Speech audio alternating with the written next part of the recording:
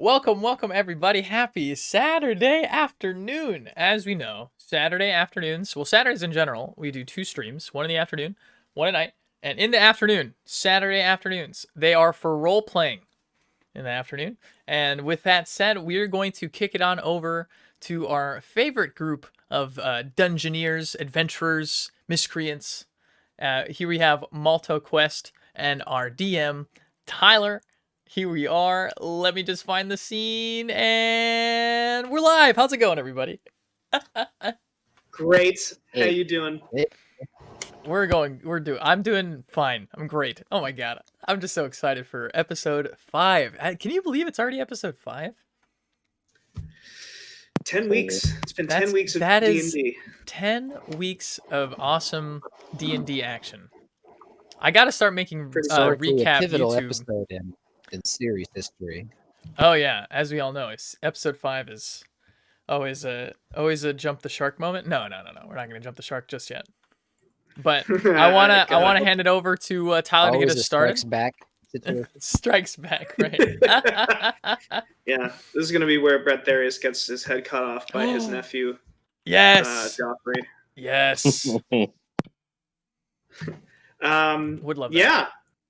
So we're gonna have we have a recap this week. We might have a rough landing, but we have a recap. So yeah, we do. Everything is great. If we are ready, then away we go. Oh my god, I'm so excited. I always have to remember there are 4 bars of intro, so it gives me time to click on the Google Doc and have it open. Behind the scenes. And no, there's 8 beats. 8 bars. All right. So we're having a rough takeoff. We're doing great, chat. We're doing great. Here we go. And away we go. Previously on Malt-O-Quest, our heroes leveled up. Through various methods, including some drugs, the party acquired new skills and abilities. Balmir reunited with an old acquaintance, Victor of the Spec Ops group Penumbra. The mysterious elf asked for the party's help, investigating some strange goblin activity in the area. Our heroes agreed and set off for the mountains. On their way, they encountered a bear with something stuck on its paw. That's right. Balmir did some bear ASMR, and they helped the poor creature out. The bear ASMR. It was not long before the goblin tracks led to a cave. Runa and Bradtherius solved a puzzle, immediately displaying gains of the mind. Yes. Traveling inside, our heroes found a room full of vials and beakers, which Bradtherius knocked over immediately. A letter was found detailing Project Hob, and saying that more humanoids would be needed for mass production of this Subject 9. Oh, that's In the next chamber, the party was attacked by a huge goblin. Beansprout was nearly killed, but the party triumphed over their gigantified foe. But what awaits our heroes? What new discoveries will they discover? What of this Hob? Find out right now on Malt-O-Quest. All right. Yeah. The credits. Dude, yes. Amazing. Thank you. All right, so we're going to start out, as we always do, with some fun facts. This time, we're starting with Mepis. Ooh, yeah. Cool. So, with Mepis, he's starting to accept the role and identity of the sorcerer a bit more. He's looking at, he's a little bit more research on other sorcerers and wizards of lore, if you will. And so his mom was a farmer, and she grew the best sweet leaf in the land. Nice. So what Mepis tries sweet to leaf? do is he tries to do like that that thing like Gandalf does with like a ship, and it's like all cool. Oh, like the smoking? Can't do it, right? So yeah, like the cool ship thing. So right now his level is like he draws it in and then just can't handle it, and but with the cough comes the lightning, and it's actually kind of terrifying to see. And he's just hacking. He needs to level up his smoke game, chat. That's what he's kind of trying to work on right now. Mm-hmm. Beautiful. Nice. I love it. I love it. I love it. I love it. All right, so Mepis, you are now moved to the back of the queue. Runa, do you have a fun fact for us? I sure do. When Runa was younger, she ran away to join the circus and stayed with them for like a few weeks, but then she felt bad for abandoning her dad, so she went back. Classic. Damn. Which of us Nice. haven't left our family Nice. to join the circus Awesome. chat? I mean, come on. All right, next time we're gonna start with Runa. Next up, Balmir. Do you have a fun fact for us? Balmir. My fun fact is that Balmir, when he was much, much younger, because he's a gentleman of 169 years, when he was younger, he was quite the troublemaker, and his parents hoped that him joining the army would straighten him out. Ah. Nice. I like that. Army is a I like that a punishment. lot. All right. Yeah. Next up, we have Beansprout. Beansprout, do you have a last, fun chat. fact for us? Chat, I'm last. So Beansprout has all sort of little burn scars and like nicks on her, like scars on her fingers and stuff from growing up in the kitchen. Mhm. And she used to be like really embarrassed of them, but now she just tells people that they're from like shark attacks and like all sorts of little crazy stuff that nobody would believe. Nice. That's awesome. Awesome. And last Wake but up, not what is least, up? we have Welcome to the Bradtherius the Thick the Third. Do you have a fun fact for us? Bradtherius the Thick the Third indeed has a fun fact for everybody. While he was in the taverns, he met one of his favorite people of all time, the gnome known as Bisco Vanilla, and Bisco Vanilla actually makes his favorite treat the Vanilla wafer. So, yeah, Bradtherius love loves vanilla wafers, and that's my fun fact. Perfect. That's so great. That's so great. Awesome. So Wait, we so good are see you going in to the chat. start out Welcome. in to the Twin Malt-O-Quest. Goblets, which is where... Sorry, no. Not the Twin Goblets. We're starting in the Lantern, because you all got a good night's sleep. Ooh, You've all gotten a long lantern. rest, so you can bring your hit Nice. points back up to full. You can bring your spells back up to full. Hit all point, of your yep, daily done. abilities, bring them all, top them off. Dumb. Okay, You, we're all set. We're all set, chat. We're good. Wake up to the smell of breakfast, as you pretty much always do. Yum. Balmir, you have been talking with Victor, the Spec Ops elf that you just went on an adventure on, and it seems I don't like like he's Victor, chat. packing his things. He's getting ready to go. Good. And he's got a little plate of biscuits in front of him. He gives Bradtherius kind of a wary look, and Good. he says, "Thank you lot for helping me, and quite frankly, helping yourselves with this problem here. Victor would say something like that. That's why I don't like I'm him. gonna try and find the rest of Penumbra. It's gonna take a bit of a while for me to gather everyone. We're kind of spread out all over the Republic, but I'll give you my word, as soon as I get enough of the team together, we're gonna come back here, we're gonna help you with whoever this is that is organizing this Project Hub. Goblins not supposed to do this." So, Brett, I walk up to him. Am I there? We're all there, right? Oh yeah. I walk up to him and I give him a handshake and I try to squeeze his hand as hard as possible. And I say, okay. Try to. Can I roll on intimidate? I don't know why. Yeah, why don't you roll me an intimidate? I'm gonna roll his opposing insight. Don't roll your eyes. Oh boy. Well, you better roll high. Oh yeah. So What I roll? So you rolled a 21. Oh yeah, baby. Oh yeah. Oh yeah. He got a 23. No. He got a nat 20. Oh no. Oh. What? So He had you you kind of go up to him and you lean in and you squeeze his hand really hard and you hear a little pop. Oh yeah. But he kind of shakes your hand and he's got that coat thing up above his mouth. Uh-huh. And you actually kind of see the corners of a smile come up a little bit. Oh no. and he like finishes shaking your hand, and you see like his thumb has popped out, and he just kind of like pops it back into place. Oh my god! And can I say now, says, No, now kiss. so he kind of like looks at Runa, and then he's like, no, no.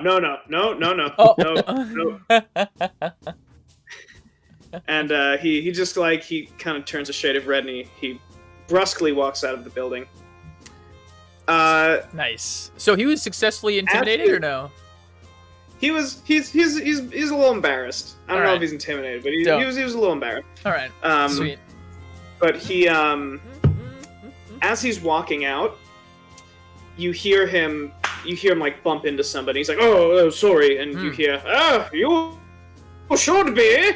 And you turn around and you see that Celis Vinier, who is the representative of the Republic, he is like looking all kinds of flustered. You see he dropped like a bunch of papers on the floor after bumping into Victor, who leaves. Celis, he turns around and he starts like shuffling papers together, and he's like, oh dear. It takes him a while, but once he's ready, he looks up, he sees the five of you sitting all at this table, and he says, just who I was looking for! And he walks over, he sits down, pulls a chair up, sits down, starts moving his papers back into the correct order. He says, are you busy for the next day or so? Can I offer him some of my breakfast? Oh. Yeah, yes you can. Yeah, Okay. Bean Sprout, you can give yourself a hero point. Aw. Can we pause for just a second? Is I he- just need to do a couple of settings things. I'm so sorry, everybody. Oh no, that's not what I wanted. You're totally good. This is a good opportunity to point out that we use the music of Alexander Nakarada. Yes, and I feel bad because I'm actually lowering the volume of the music. No, you're good. You're good. You're totally good. Can I also give him some of my breakfast, except I poured like a bunch of salt on it? Absolutely. Thank you. Absolutely. I feel like it should be like hot sauce or something. Oh. Yeah, All right, that's we fair. are good.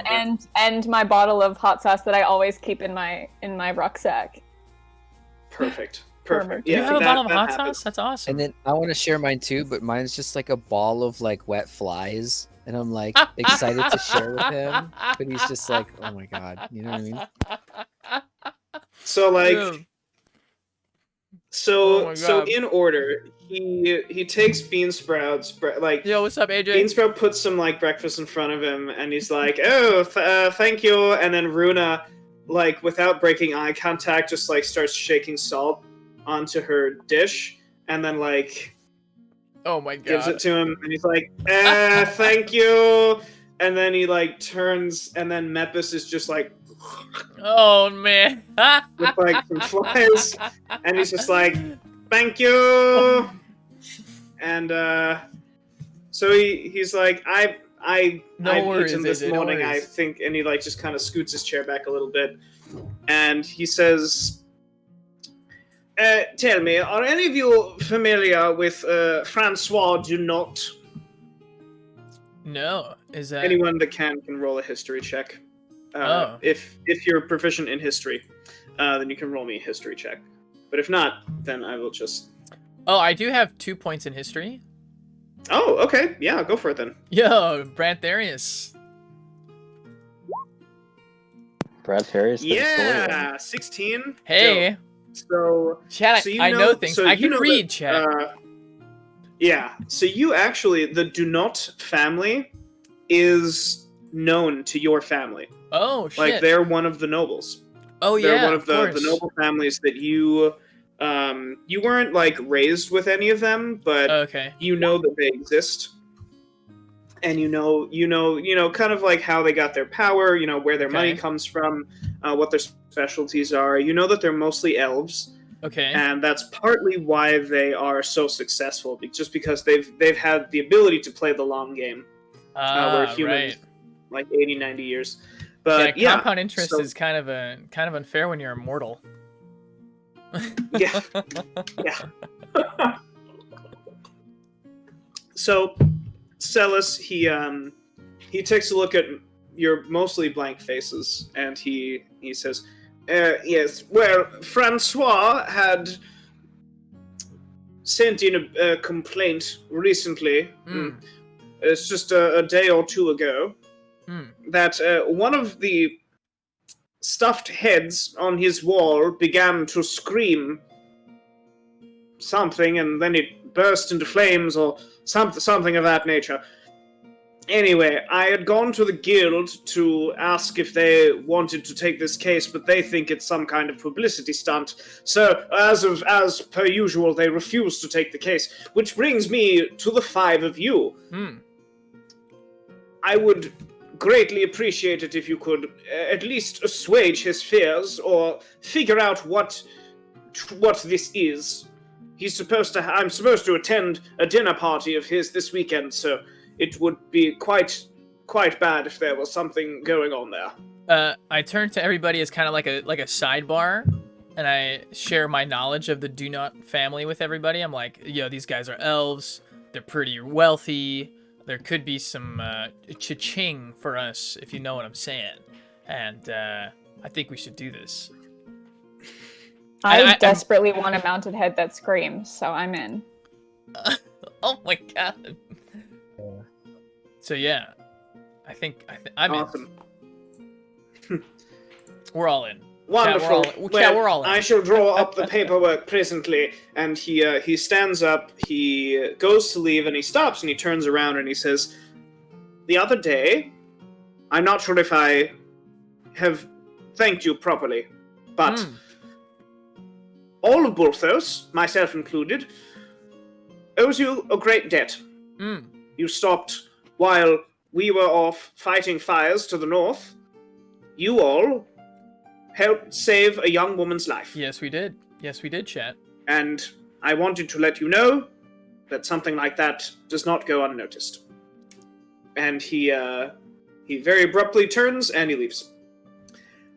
I turn to everybody and I say, I wonder if there's a gold amount for that debt that they owe us. Like, it's all well and good, but where's my money, Chief? So I don't know why Bradtherius is so gold obsessed today, but he is. The manor is not far from here. There isn't really much that's like far from here in Bulthos. It's not a huge city. It's not even really a city at all. It's more like a big town. But you begin your traveling, and you get to the manor, which is. This is the Do Not manor. Oh yeah, Do Not Estate. Ooh. Oh yeah, I'm going to reveal that right now. So first thing you notice is that there's a large gate in front. Ooh. Oh, it's like a playable. Oh, okay. Oh yeah. So you stand at the gate for a little bit of time until you see a butler come out. I'm going to reveal that right now. Actually, there's no reason for you to not see the whole outside of the estate. They would have a butler. Yeah. So this guy comes out. He slowly opens the door. He approaches the front gate. And he looks like this. Oh, nice. There he is. Yeah.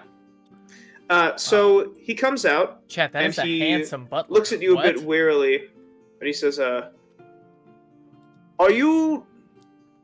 Did Celis send you? Are you here about the unpleasantness of the other day?" Yeah, I guess I'll say yes. Yes, sir, we are here about unpleasantness. Yes, it was quite unpleasant. He opens the gate, and he motions for you to follow him in through the front door. And you walk in to this manor, and you notice immediately that there is an elf standing right at the foyer. And he comes up. He's already got a glass of wine in his hand. It looks like this. Isn't it like the morning? What time is it? Yeah, it's like 9:30, 10 o'clock. All right, I guess time doesn't really matter to elves. Yeah, when you are thousands of years old, you do not care what time it is. And he like takes a sip of the wine. Nice. And he says, "Hello, I am Francois Dunot. I believe you are been sent by le magistrate, Salis Vignier, House of the Republic." Oui. Oui. Oh, good. Very good. You speak High Elf. Wait, I thought Elvish was Spanish. Yeah, I was gonna say, wait a minute. So I guess High Elf is French. Elf is French. Yeah, High Elf is French. Oh. Some racist ass shit. Wood Elf is No, I'm just kidding. Spanish, I think. No, yeah, you know, it's fine. Everything is good. So he says, "This is good. I have very important things to do. I have much of this to drink. This is a taste test, by the way. He just like finishes. Oh my god! Gives it to the butler, and I'm immediately he impressed, says, chat. I'm immediately impressed. Please, I will take you to the side of the incident. L'incident." And he takes you into this room over here, where you see that there is.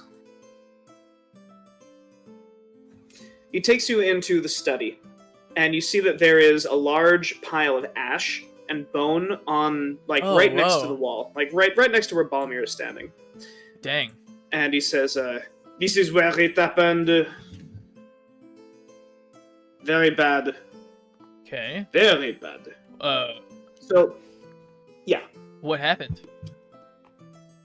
So, he says, at noon, exactly, on Monday, I heard it shouting in evil-sounding speech, a guttural tongue, Uh-oh. and then it combusted right into flame. Who else saw it happen? What It combusted was that? just me. However, I can confirm that my butler had heard it. He was standing outside of Le Study. And you see the butler, he takes a step inside and he solemnly nods his head. What? Am I cursed? Am I, what is this? What burst into flame? Did I miss something? What So burst into flame? He points to the pile of ash on the floor. He says, "This used to be the head of a deer mounted up on my wall. Oh my god. It had begun to scream and blah, blah, blah, blah, bad words, and then it started spouting flame from its mouth. It consumed its whole face, and it fell on the ground." So a mounted deer head started screaming at you and then burst into flame. Oui, n'est-ce pas? Wow. Mepis? I don't know. I don't know anything about this, so I just kind of back away, kind of like, this isn't my thing. I can't really swing my sword at this, so I kind of back away. Not out of the room, just back. So Mepis steps forward and he just kind of leans in and goes, "Reek of a pyromancer." Oh. I want to like investigate him just to check him down, just to see if you know what I mean. Just to really. Yeah, absolutely. Ooh, yeah. Pyromancer. You can roll me an Arcana check. Nice. Right. Is that the third one down? Arcana, baby. Yes. Ooh, nice. So, taking a look at this guy, you get the feeling he actually can do magic, but you get the feeling that he, from like the look of him, from like the trinkets that he has on his garments, from like the twinkle in his eye, you get the feeling he specializes in like illusion magic. You get the feeling it doesn't really, there isn't like evocation. Evocation is the school of magic that's like the blasty, explodey stuff. Nice. You get the feeling this guy, he mostly just kind of does glamours. Like you get the feeling I hate glamours. that like you can see that there's like a twinkling about him. You get the feeling he probably just did that himself. It's essentially he uses like magic makeup. Dope. All right, so it's not him. Just like that. What about the butler? I say as Sebastian playing, not Bradtherius. You want to find out about the butler? Or yeah, can I perceive the butler? He's way too hot to be a butler, and like, I don't know. Bradtherius isn't used to coming up against people like that are as like handsome and cut as he is, and this butler just seems pretty fine. So do I perceive anything about the butler? Why don't you roll me an insight about you bet. about that butler? Suspiciously fine. Yeah. Yeah. Yeah, he's suspiciously good looking. Yeah, so this guy, like, he is kind of suspiciously good looking. You also get the feeling he's like a lot more fit than he ought to be. Yeah. Like, you get the feeling this guy could probably like throw down, and like you feel like, you know, you look at his hands and he has like scars on his knuckles. Yeah. Oh god. Seems like this guy's been in like a few scraps. Yeah, that's kind of what you get from this butler. Okay. He's got like a couple of scars, you know. Okay, so he's battle hardened. That's kind of weird for a butler. Okay, cool. He kind of looks like a young old Mel Gibson. I don't know, man. You know what I mean? Like if you know what I'm saying? Like if the guy on the box of like the Red Baron pizzas had sex with Mel Gibson, that's this guy. And I just think that no butler should look like that. Okay, all right, I'll get off the butler. I think we should stay on the butler. We should never. The butler always did it, right? We should never get off the butler. butler. The Count of Monte Cristo. Look at this man. I'm zooming in on him right now.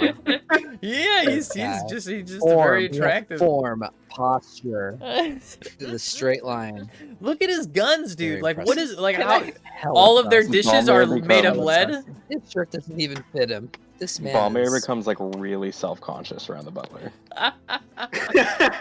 Can Runa say to the butler, "You're suspiciously good looking. How did you become a butler?" So Runa, you flat out. He kind of like he looks at you. He looks at Francois, and Francois just like, and Doesn't know how he to says, handle well, "Thank you, Miss. I was hired by Monsieur Dunot. I used to be his bodyguard, but then I got stabbed in the side." And you see he like kind of lifts his shirt a little bit, and you see that there's like this big X scar, and he puts it down. He puts it down again, and he's like, I'm good in a scrap, just not for very long. So we hired bodyguarding is a younger man's game, as they say." Okay. And as he kind of like inhales, so he's like, "You know, actually, it's a funny story." And there's a knock at the door. Oh. And he says, "Excuse me," and he takes a couple steps back, and you see he opens the door, and you see three familiar faces. Oh, it's the fucking guild bitches. You see, indeed, you see the fucking guild bitches. But we had to wait at the gate, and they got to come up to the door. These guys chat. Blasphemy. These three. He takes a look at them, and folks. he backs up a couple of paces. He says, "Please come in." And in walks Alonzo, Mirren, and Cassidy. Can we just say which one's Alonzo and which one's Mirren? Yeah, sorry. So this one with the eye is Alonzo. Dope. The twin swords, that's Mirren. Got it. And then the tiefling with the fire is Cassidy. Beautiful. And so Alonso walks in. He looks at the five of you and he says, "Ha! Well, ain't this a coinkydink? What y'all doing here?" You took too long. I say, I'm not sure what a coinkydink is, but it is a coincidence. And we were sent here by, we were sent here by, what's the Elven's dude's name? And Bradtherius is actually saying this out loud. So he's like, we were sent here, and then I look back, I'm like, what was the Elvish dude's name? Goes, listen, we're sent here. What are you doing here looking like a fake Texas Walker Ranger on fire? Oh, wow. Ooh, we don't like these guys, right? We don't like these guys, right? I don't No, like these them. guys are dicks. They suck. Right? They were mean to us. So at that, like, Mirren, he's got his two swords. He's like, "What the fuck are you?" And like, Alonso's like, "Stop it, Jesus!" And he's like, he takes a look at you, Mepis, and he's like, "Huh. Seems like you might have found a couple new toys since last we met." He says, "Let's hoping they serve you well in the future." Oh my god. So he kind of brushes past the butler, and he says, "We're here on guild business.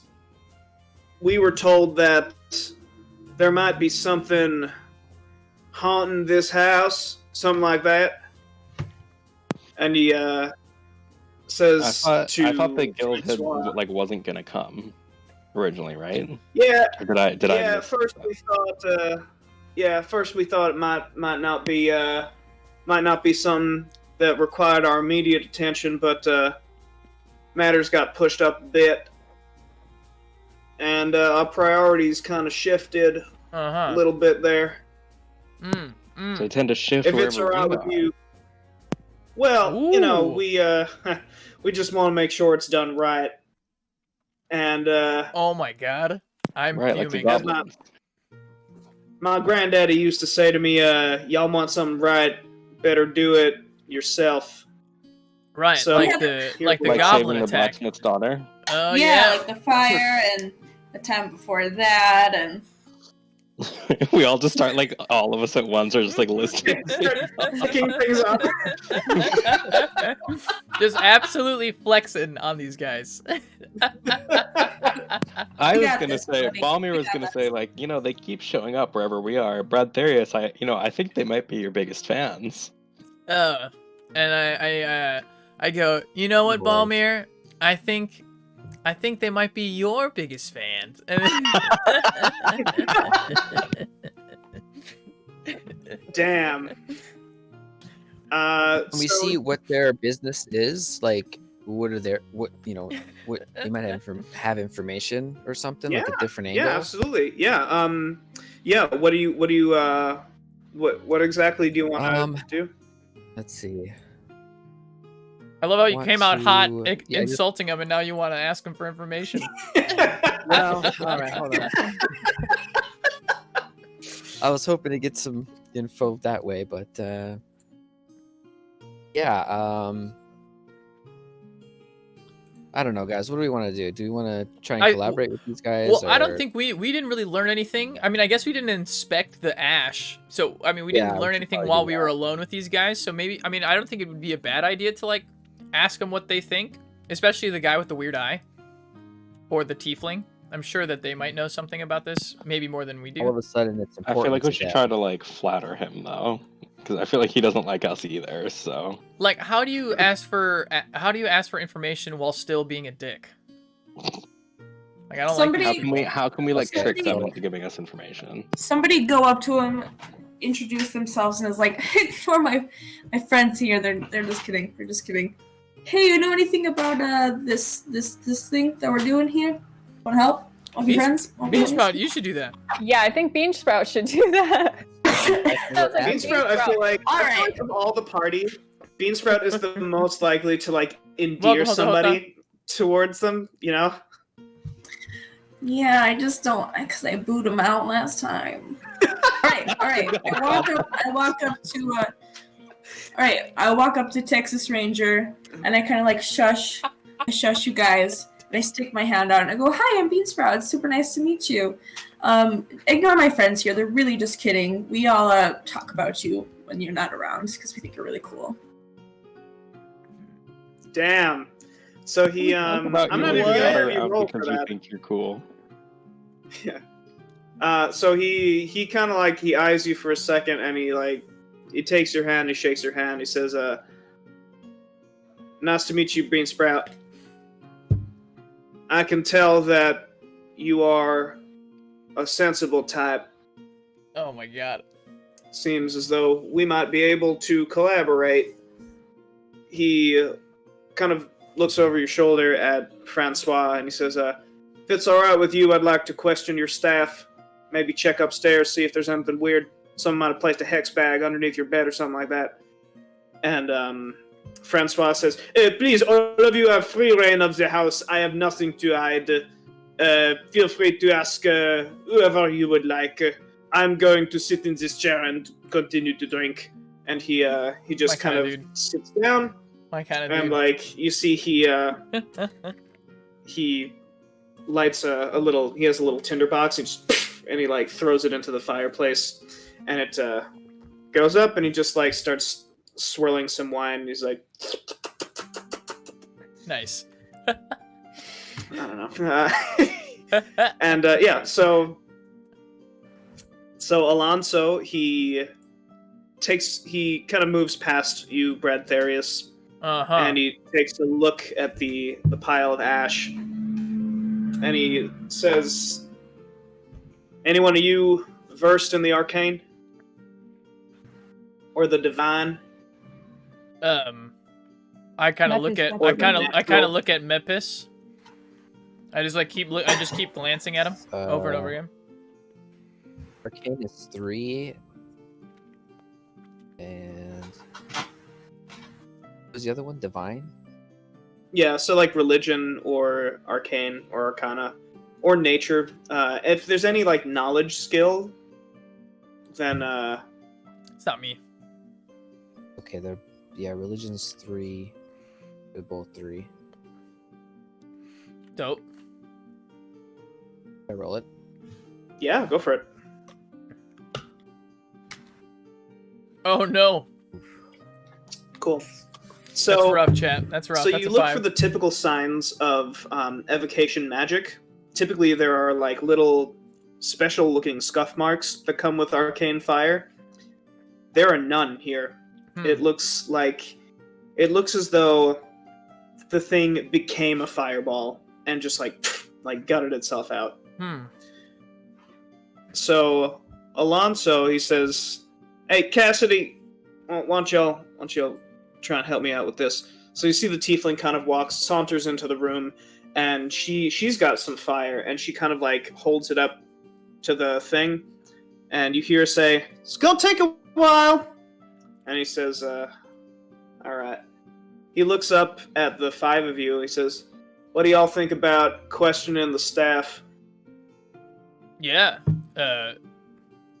We can do that. I think that's a great idea. Oh, I guess I don't really like taking orders from him, so I don't say anything. And he so yeah, like Bradtherius is like, "Well, yeah." It's like kind of... Yep, that is 18-year-old I feel like Bradtherius should be like, "Hey, I think we should go question the staff." Oh, that is great. Well, I think I have a better idea. Maybe I think we should go question the staff. It's a great idea. Let's do it. I love that let's idea. do That's that an excellent idea, Bradtherius. I think we should do that. I just give that guy like a so sorry.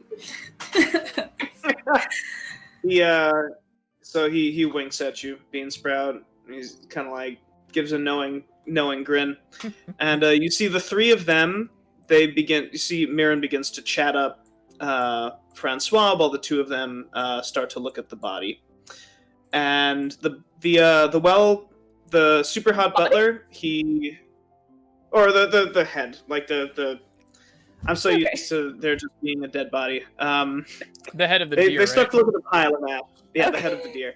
And so in the meantime, the super hot butler, he walks up to the five of you. He says, "I could take you to the rest of the rooms if you'd like."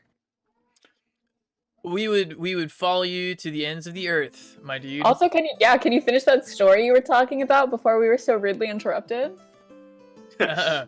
So he, as he's leading you to the next room, you see he's like, "Well, it's a funny story. He starts telling you about this time where he was in some part of, he was like looking for a bandit, and the bandit had been like stealing these jewels from places, and he went to look for the jewels, and he saw this kid playing with a ruby the size of a tangerine, and then he's like, the bandit had been throwing the stones away. Didn't even want them. Really weird. And so he oh, Chad, that's great. That's a Dark takes Knight you reference. into this north room right here,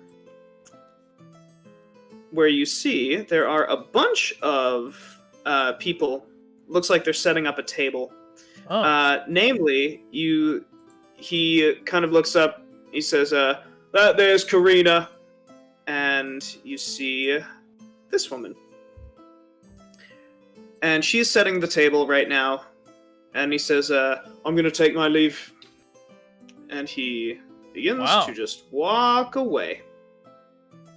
So he goes back into the room. Chad, I'm instantly this smitten. woman, Karina, she looks up at the five of you, and she says, "Yes, how can I help you?" Bradtherius instantly looks to see if she has a ring on her finger. Runa pushes Bradtherius out of the way and says, "Hey, what's up?" I really So Bradtherius, you notice that there's no ring on her finger. You do see like a bandage around her hand. Oh. So as you're doing that, you only see it for a brief second because Runa just like pushes you out of the way. Okay. And she's like, "Yes, hello." Runa. Hi, yeah, I'm Runa. Can I grab her hand and say, "Oh my God, what happened?" So she's like, "Oh my."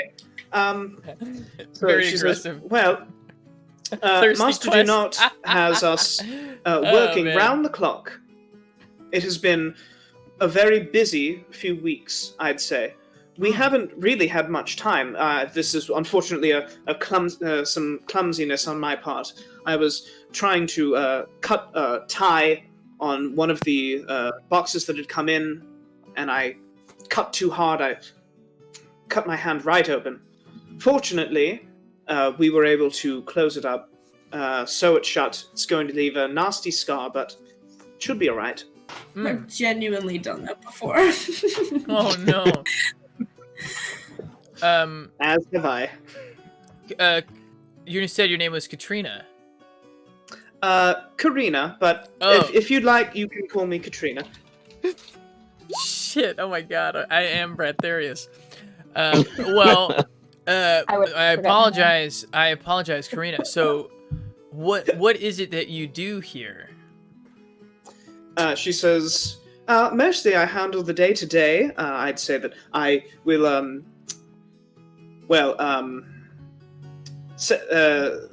since he takes the... I believe you've met him already.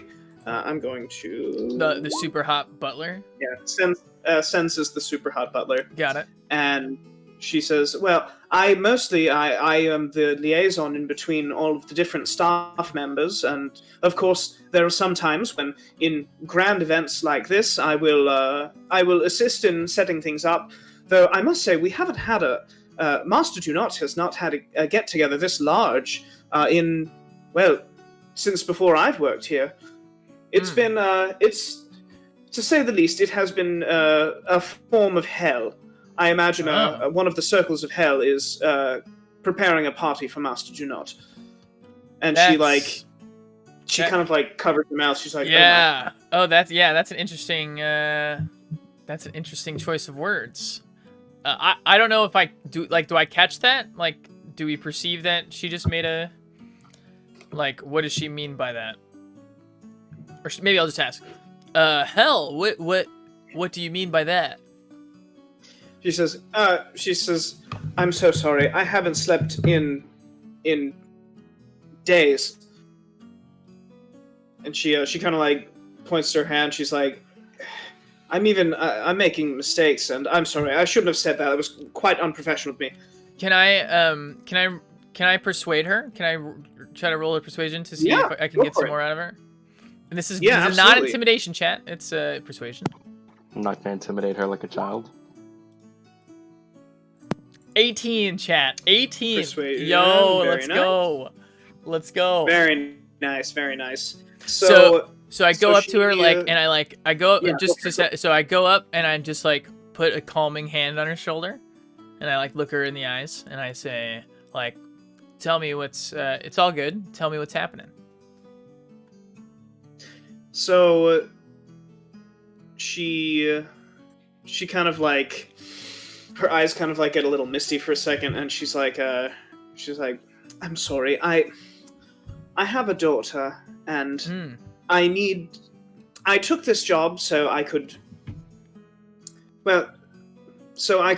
get her into a nice academy, perhaps somewhere in the capital. I didn't realize just how difficult it would be to work for Master Junot. What makes it difficult? And she just kind of gestures around, and you see that like these other two people that are setting up the table, you kind of notice that like their clothes, like it doesn't look like they've changed clothes in a while, and like they're just kind of like moving things around. And she says, Karina, she says, the pay is nice, but it sort of eats at you after a while. And she says, but I do it for her. And she kind of like straightens herself out, and she kind of like, you see she wraps like a balloon string from her thumb. She like begins to wrap it around a chair, and she says, I'd be happy to help you if you're looking for anyone else in the manor to speak to. I can take you to the kitchens if you'd like. I can take you to the stables. It is completely up to you. Can I ask if she knows why Junot hasn't thrown a party in so long? Yeah. So you ask, and first thing you notice is that she kind of like blushes a little bit, but then she says, Master Junot, he throws parties. I'd say monthly, but this weekend he said something about his elfin, his what did he say? Cumpleaños, something like that. Oh my god! I wasn't sure. Oh my god! I'm not sure, and he seemed quite ecstatic about this weekend in particular. But I'm not sure. He said something about 16th, something like that. I'm not sure, but he seemed quite insistent that everything go perfectly, and perfect for someone who is hundreds of years old. Perhaps thousands. I'm not sure how old he is.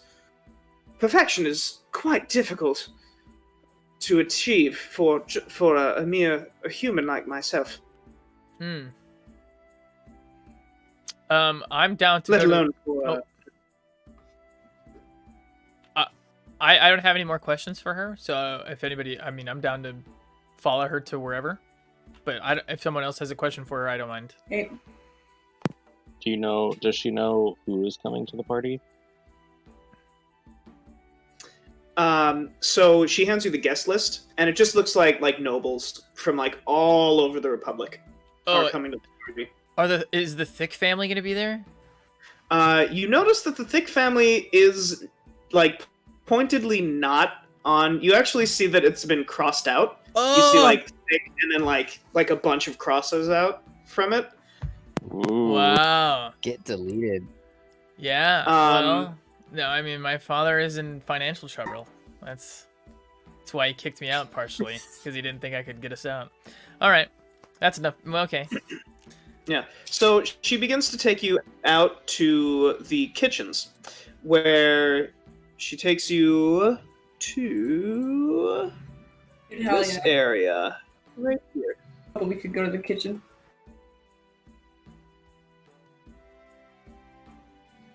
There we go. Where you see that there is a rather angry-looking human who is just, like, shouting at this guy that's holding a plate of meat. And he looks like that. And... Oh, nice. Chat, this is the chef, and he's like, this meat is so raw, I wouldn't serve it in the fucking Underdark! And so you see, like, this guy, he's like, oh, yes, chef! And he just, like, runs out of the room. Oh, man, that's amazing. And this guy, he looks up and he turns around and he's like, yes, what is it? I'm very busy. Oh, man. I look at Beansprout because she's works in a kitchen and I just kind of like nudge her forward. All right. I can only think about food stuff. Yeah, we're here because the master wanted us to come and talk to the people about the incident with the deer head. Oh yes, nasty business that. So he looks at you, Beansprout. He actually kind of recognizes, like, do you have any like cook accoutrement on you, like just in general, or are you just like in like full? I keep a wooden spoon with me. With me everywhere I go. That's awesome. So he looks at the wooden spoon and he like sees that it's like seasoned and stuff, and he just kind of like, and he's like, "Is that cumin? That smells like cumin." Cumin's my favorite spice. Aww. He's like, well, he says, he extends his hand to the five of you each, and he's like, I am Sir Galen of the Spoon. Very nice to meet you all. And he Galen of shakes the hands Spoon. with all of you.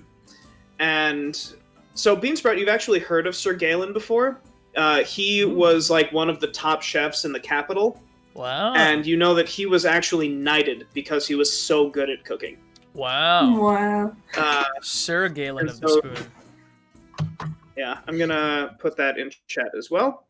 And maybe so it's related to Sir Gordon of Ramsay. Ancestor of. He's like, Sir Gordon of Ramsay? That piece of shit! That idiot sandwich. Yeah, oh yes, of course. Famous for the idiot sandwich, I'd wager. Not here. Oh, we don't make idiot sandwiches here. That's amazing. That's amazing. He says, funny business. That day, it wasn't what, 3 days ago, I'd say. 3 days ago, I was making a tomato bisque.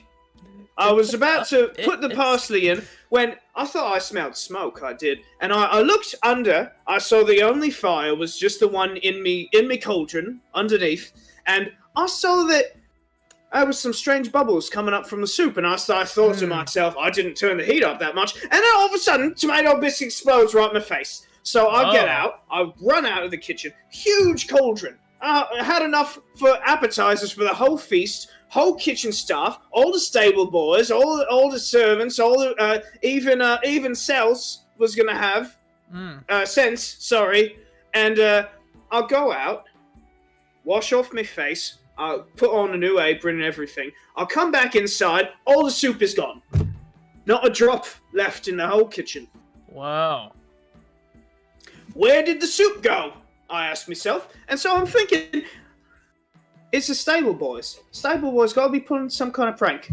Only thing is, I'll go up and I ask them, and all they do is laugh at me and call me an idiot sandwich. And so I just went back inside, minding my own business, and now I'm making a whole new fucking tomato bisque. I suppose. Fucking disaster.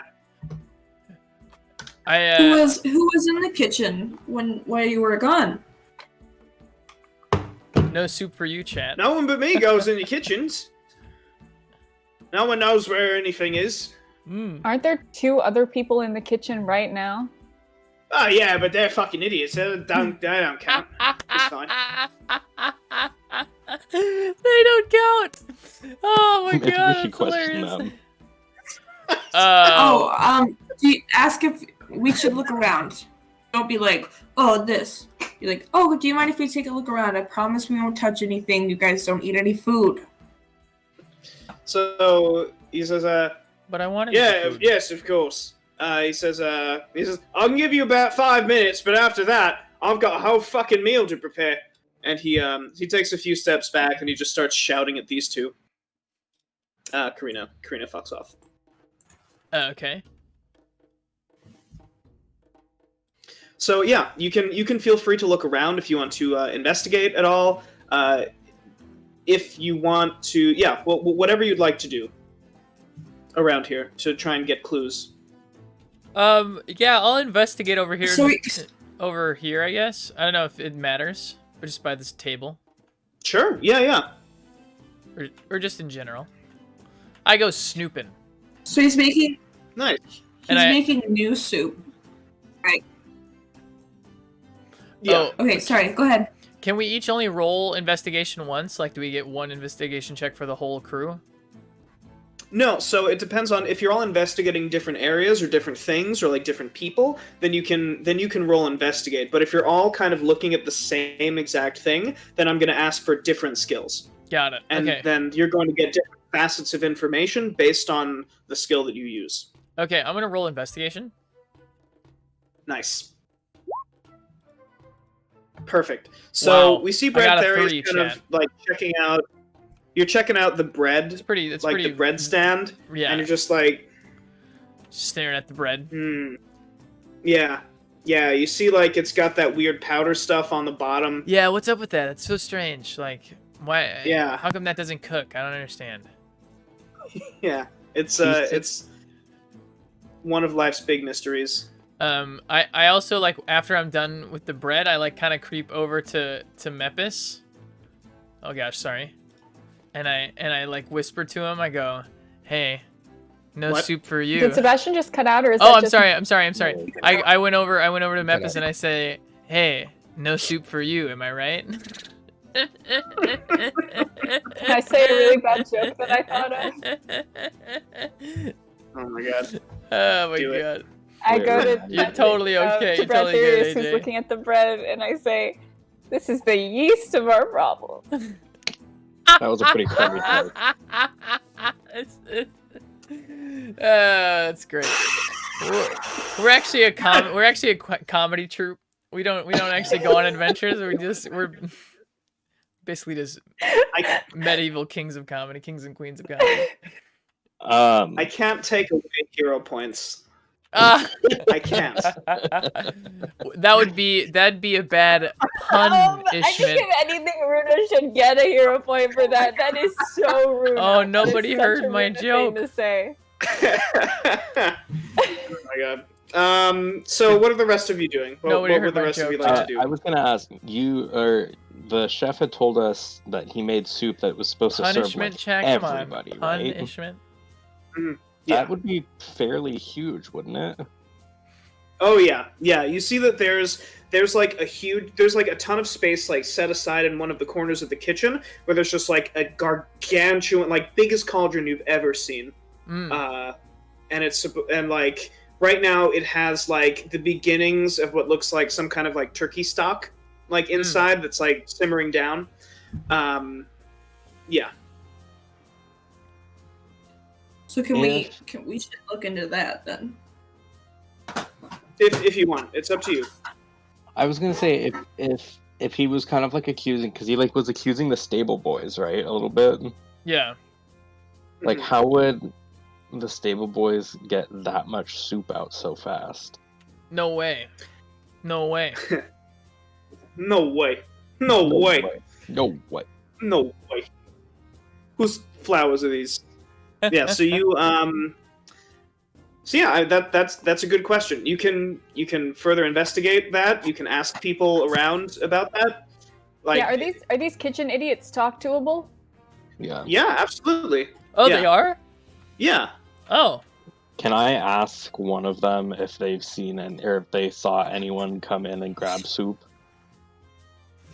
Yeah. So you go up to one of them, and he says, I didn't see no one come in for any soup or anything. I heard a loud crash, and then I heard something weird coming from the kitchen, and then Sir Galen, he ran out, you see, and he started screaming about parsley and soup all over him. And I tried to dab his face off. I did. He wouldn't have none of it. Threw me cloth back in me face. Tried to rip off his own apron himself. And me and Clem here, we was just looking at each other for a bit. And then Sir Galen comes back. He says, "Where's the soup gone?" And I says, "Sir Galen, we've been here the whole time." And he seemed pretty convinced it was the stable boys. And he kind of hooks a thumb over his shoulder in this direction, and he says, "You know, I'm not a doctor or anything, but it seems like not too smart to put your stables so close to the kitchens." Oh my god, that's funny. It's not unhygienic. I think. So Sir Galen was covered in soup? Elisa's face was covered in soup. He got some on his apron. He said the bloody cauldron burst all over him. Has anybody checked? He was about to put the parsley in. Has anybody checked the cauldron? Not yet. Was he? Did he not? He wasn't burned at all. I mean, he not too bad, I think, but it was hot soup. So he got hot soup exploding on his face, and he didn't get burned. I mean, I don't know if he got lasting burns. Not like he got a fire. It's just soup at the end of the day. Okay. I don't think it was. You were burning yourself on soup? No. Beatsprout's just interrogating. I only. My ma always said, if you only eat cold things, you never get burned. Wow. That's why. Cold soup only for old Roy. Just like pat Roy on the shoulder and be like, "All right, then. Cold soup, Roy." Let's go look at the cauldron. He's like, "All right." Yeah. And Cold soup, Roy and Clem, they just start like commiserating, talking to each other. So you go over to the cauldron, which is in the corner. I didn't draw it, but cauldron in the corner, huge cauldron, and you all. So whoever wants to can roll whatever kind of check. It depends on what exactly you're looking for. So actually, yeah, why don't you tell me what you're looking for, and then I'll tell you what to roll. Maybe like etchings on the pot or something. If the pot is weird itself. Does. Okay, yeah, that's totally fine. Yeah, why don't you yeah. I don't really have. I was gonna suggest maybe Mepis checks it for magic. Okay, yeah, Mepis, do you want to roll me an Arcana or Religion? Either one. Want. Yeah.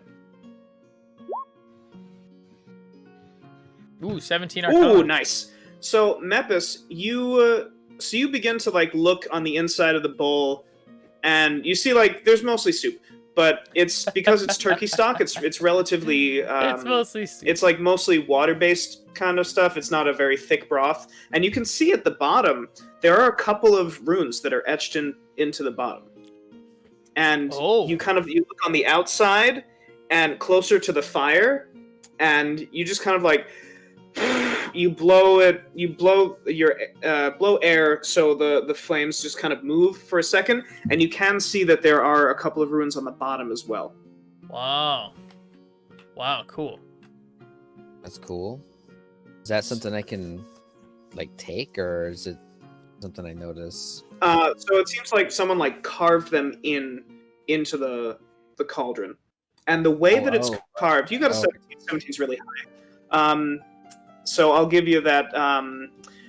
With that 17, you notice that it doesn't look like they were made. It doesn't look like it was made with the cauldron, because it looks as though someone took a knife, and you can see parts of the metal are like still up from like dragging a knife through it. It looks like someone carved these runes into the bottom of the cauldron and also on the outside of the cauldron. Okay. Do we suspect good old Chef Boyardee of carving this stuff? Probably not, right? I mean, why would he fuck up his own soup? Right. Yeah. So maybe we should check out the stable, boys. This room was. Should we let the soup do its thing, or should we tell somebody so they can take the soup off, or? Yeah, this rune is like did something to accelerate the heat, I assume, or just some sort of an explosive rune or something. Like, do I know what the rune does? Disappears. Yeah, with the 17. So it's a soup transporting rune, chat. You notice that the rune on the inside belongs to the school of transmutation. The rune on the outside belongs to evocation. So you know that the school of evocation is like the boom boom school, and the transmutation rune, that is used to typically transform something into something else. Okay. Not an illusion. It's it actually does something physical. Mm-hmm. Yeah, like a physical, like turning like lead into gold, or like turning like something into something else. Got it. Turning you know that there turkey are stock into chicken stock. Yeah, turning Coke into Pepsi, things like that. Yeah, so that's what you get from this giant cauldron. Cool. Can we ask the cook about it at all? Yeah, absolutely. So you go over to Sir Galen, and he comes over, and he looks at the bottom of the cauldron, and you just hear like in this echoey chamber like, "What the fuck is that?" And he kind of lifts his head up, and he's like calls out to this room, and he's like, "Did any of you put fucking runes in my fucking cauldron? Do you know how expensive it is to get a cauldron that fits in this particular part of the house?" And he's like, "I've never seen this shit in my life. Ruins the integrity of the cauldron. This whole soup is ruined. I've got to make a whole new batch of soup. I've got to find a new cauldron to put all this shit in. This is the worst fucking week of my life. I swear to God, this is awful." It's not ruined. It's ruined. Oh my God. Nice. Now you can get a hero point. Chat, let's see if it works. You this wore time. me down. Chat, maybe it'll work this time. So she must be punished. Jesus. They heard me this time, chat. They heard me this time. I had a third pun that I didn't even say. Oh man. Then I would just I'd get sucked into a portal or something, but yeah. So I'll just leave. So I would just be like, all right, we're done. So he says, "What do you suppose is going on? Why do people? Is it the stable boys? I don't think they're smart enough to do this, but I mean, you never know. They are assholes. So, what do you think is going on here?" Let's I don't know, but I feel like we should talk to these stable boys. Before, can I ask Sir Galen if he knows if anybody in the castle knows how to use magic, or like? That's what I was going to say too. Yeah. That's a good question. He says, well, the only ones that really can do it, it's just Francois, I think. Though, I mean, theoretically, anyone could do magic if they talk to the right people. If they just believe, chat. If you just believe, you can do magic too. Get the right stuff. Kill certain things. I've heard of all kinds of weird, evil rituals in my day. Of course, this was in the capital, so there's some weird folks around there. Sacrifice things, get things from it, talk to dark forces. No, sir, not for me. I'm here with my trusty spoon. He knows a lot, Chad. He's got a lot of bad memories. As he talks about that stuff, I slowly back away from him in the conversation into the other room. Awesome. So are you going to the stables then? Yeah, I need to get away from this guy. He's giving me the creeps. That's fine. So you go over to the stables. See that there's a guy standing there, and he looks like this.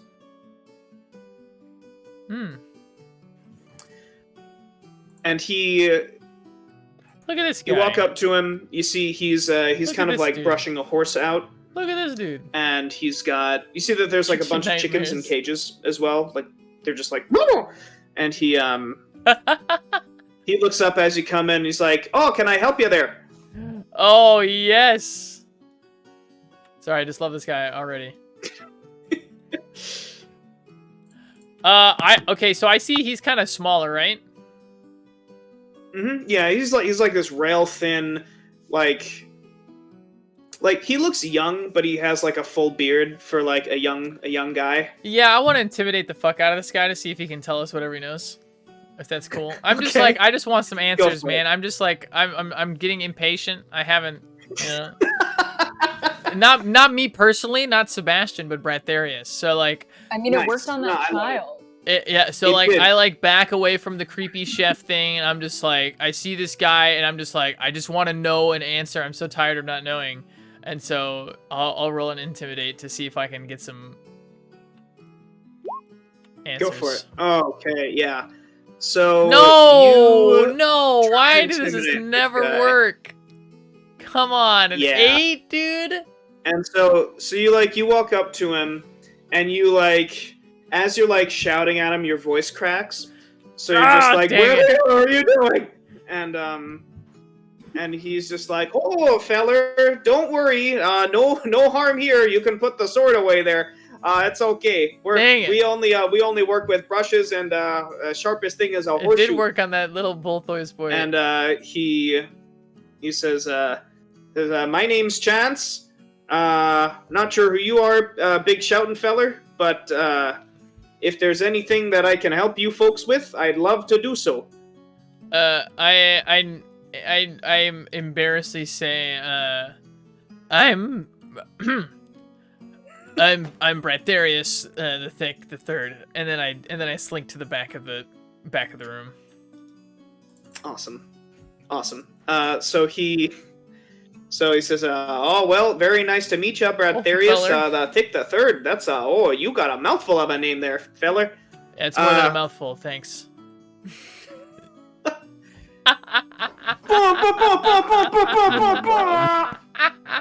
So he says, alrighty, well, if there's nothing that I can do for you folks, I'm gonna go ahead and get back to work then.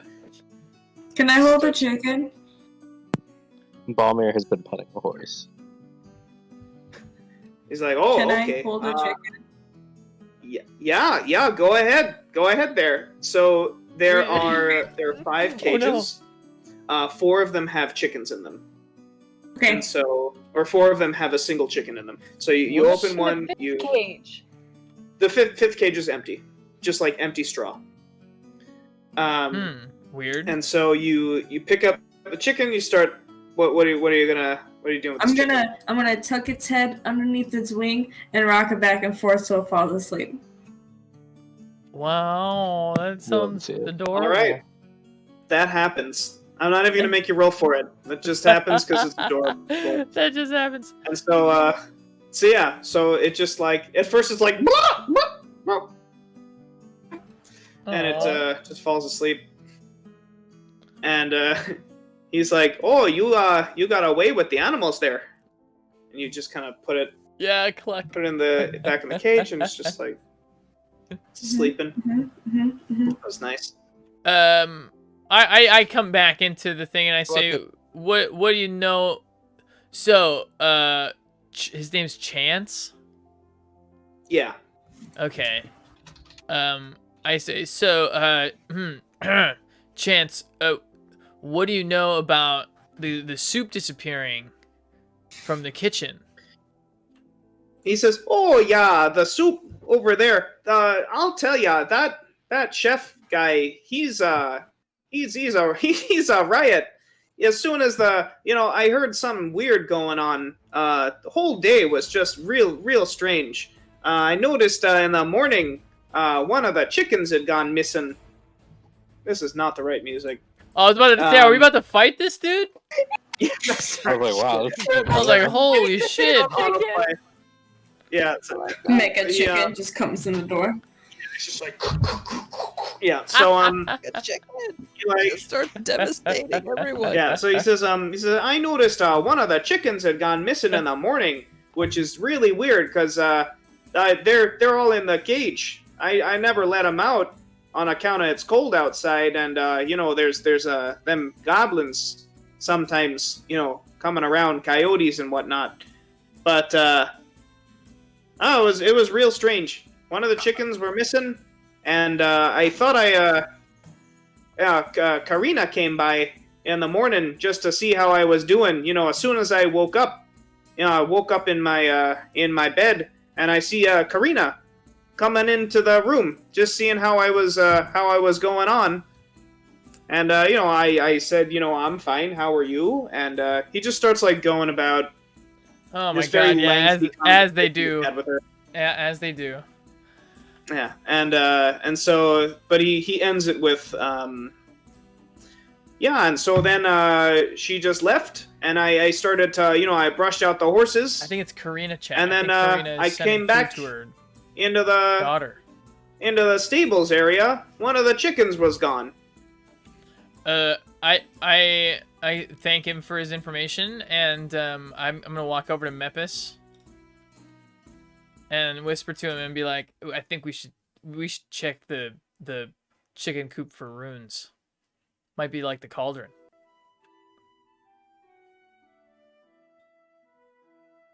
Yeah. So one of you can roll me investigate. Now that you all know what the runes look like, you can do an investigate. You can do a perception to try and it's kind of like shuffle the hay around, maybe see what's what. But one of you can do that. Who would you like to do that? I'm gonna make a note in my bio. I have 0 Needs investigation. To be aware of outside goblins, coyotes. I have a 0 for investigation. Perfect. Go for it. No. I have a 0. I'm not gonna roll. I have 1 for that. Well, whoever wants to. 3 for perception and 1 for investigation. All right, someone who hasn't rolled yet. So Balmir or Runa. One of you. Balmir, how's your stats? I have a 3 in investigation. Oh, dude. Perfect. So I can do that. Yeah, I have a 2. So Oh yeah. go for it. Oink. Nice. Oh so no. Balmir just kind of he looks at the cage and he just starts Poor Is that chat. good? shaking the Is that cage. Pog? And he's you see there's hay that's falling out, and he just kind of throws the cage down, and he's just like, I got nothing. I'm like, come on, man, And, you're gonna wake up the chicken. Oh man. Is there any other role that we could do for it? You can if there's another skill that you would like to use that you can justify, you can absolutely use that other skill. Perception? Sure. Wait, did you yeah, just say investigation, right? yeah, he I did did investigation. Okay, Runa, if you want, you can use perception. I'll do perception. Perfect. Hmm. Nice. So, 7. So Wow. as he's shaking, you see all this hay is falling out, and you see as he's shaking it, you see a small disc which looks like it has some kind of carving on it fall out of the cage and shatter on the ground. Oh. And then he puts the cage down. Can I roll an animal handling? I'm not handling animals. How would that work with the cage for an animal? I don't know, because the cage handles animals, so. You know what? Yeah, roll. You know what? Yeah, try. Let's see where this goes. Yeah. Roll me an animal handling. Okay. I want to see where this goes. All right. So with the 12, so you know that this cage was meant to house a chicken. You know that the hay was meant to absorb its juices. I guess if it kind of what makes some stuff somewhere. I know that. It's jeez, yeah. Chickens have cloacas. Yes, it's meant to pad its cloaca, and so you do know that a disc with a carving on it has no business being in this chicken cage. No. You get the feeling that the only way that a disc like this would be in a cage is if somebody put it there.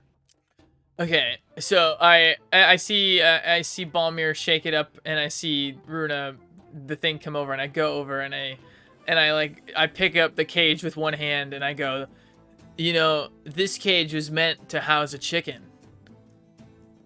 Then I look at everybody and like nod my head, and then I say, and that disc wouldn't be in this cage unless somebody put it there. And then I put it down, and like I'm very proud of myself, and I kind of back away from it. A good thing we broke the disc. But then I say, so I ask, what's his nuts? What's his name? Chance. Yeah, Chance. I ask him, well, no, I don't ask him anything, because he said that he saw Lorina. Karina. I saw Karina. She came in. You are not worthy of Karina. I'm so bad. Give her a different name every time. I feel like we should go talk to her again, because she said she had a daughter, and maybe she's sending a chicken and food to her daughter. Maybe there's more to her than meets the eye. You know, it's real weird. I saw that she had a fresh cut on her hand. Yeah, a knife that could be used. Oh, okay. I push him out of the way because I don't want him to hear, and I kind of gather everyone in a He's circle. like, oh, okay. I'm like, get out of here, square. And all right. Oh, I'm out. I'm going. And he just like runs out into the wilderness. Into the wilderness, never to be seen again. And I say, never saw him again. I say, I think that Katana. What's her name? Karina.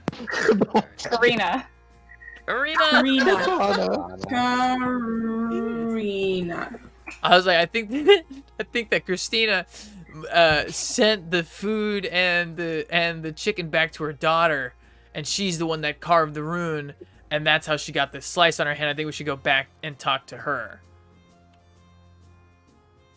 What do you guys think? I don't know about sending a chicken to her daughter, but I mean, she does seem to kind of hate this dude and not want to do this party. So it makes sense that she would try to sabotage it. But also, if we go talk to her, let's play it cool, right? Let's just play it cool. Totally. I only intimidate boys and weak men. Do we want to see if this person knows anything? Which person? The one that I moved next to. Oh yeah, the guy that's outside. Yeah, absolutely. Yeah, go for it. Yeah, so you go outside. I don't know if that was canon chat, but this guy, historically, he turns around and is like, yeah, intimidate boys. He's holding a big log. And elves. Don't forget the elf guy that I successfully intimidated earlier this stream. You got his attention. So he steps forward. He's going to use a different approach. You know, he goes, well met, friend. A fellow lumberjack, just like myself. It should be dude through a chessboard and left his family. I was thrown out by my family. I was not. I didn't leave. disappearing food business. I did throw the chessboard. He says, well, between you and me as lumberjacks and all, I smelled something real weird Monday morning. Smelled like rotting eggs at first, but then I know me rocks when I smell them. That shit was sulfur, I'd wager. Oh. Sulfur. Sulfur in the morning. Exploding soup. It's real odd. All of this happens at strike of noon. I hear the bells in the center of town. Oh. Strike of noon, all of a sudden the whole fucking house goes wild. Interesting. I start to smell sulfur. Master Denot starts to spout off about something screaming at him, bursting into flames. And then the chef man, he starts shouting at Chance about soup. Chance can't make heads nor tails of it. All he's talking about is how one of the chickens went missing that morning. Oh my god, are you guys are just making K names over there? Great. Okay, so are you guys continuing that conversation? Sorry, I don't want to interrupt that conversation. No, you all can come out as well if you want. Like you can So, do that. Yeah. So did everything happen at the same time? He says, well, the chicken went missing this morning, but everything else happened at the same time. Next thing I know, I see Karina running out of the back entrance over there, hands bleeding. I ask her what happened. She said she fell. All kinds of mischief going on, I'll tell you that much. She told me. But you and me, and he points to Mepis, he's like, but you and me, we know what's what. And he kind of points to the stump that he's carrying. He's like, the wood never lies. He's like, wood never lies, I'll tell you that much. The wood never lies, chat. He's like, that being said, it is quite heavy, so I'm gonna go put this down. And he begins to walk off, and he's like, Chance, come back! Come on, not again! And he begins to wander off. What would you all like to do? I want to find... We have to go back to Karina, right? Karina. I also... Is there anything else? All right. I guess, where was he pointing to up here? Oh, no, that's the end of the map. So, yeah, I kind of want to go back and... Yeah, he was pointing to, around here. Oh, there's... Entrance. Yeah, can we go to the back entrance? Yeah, absolutely. Absolutely. Yeah, so... I'd like you... So, you get into this back entrance, and the place is... Oh my god. The place looks like a mess. Jesus. Cough. So, the place looks like it has been... Like, things have been thrown around. You smell all kinds of weird smells. It looks like there's stuff all over the floor. What would you like to do once you get it? Find Karina? Or actually, there's a few rooms that we haven't explored. Can we just explore these on our own? Yeah, if you'd like. Yeah, it's up to you. But there's interesting stuff in this room? Smells and stuff and stuff? Oh, right. Yeah. Oh, yeah, I suppose. Sorry, I totally forgot about that. Yeah, we can investigate the smells. Should we split up, or do you want us all of us to stick together? That's up to you. That's completely up to you guys. I will say that in this room, who was first in this room? Was it Bradtherius? It was me, yeah.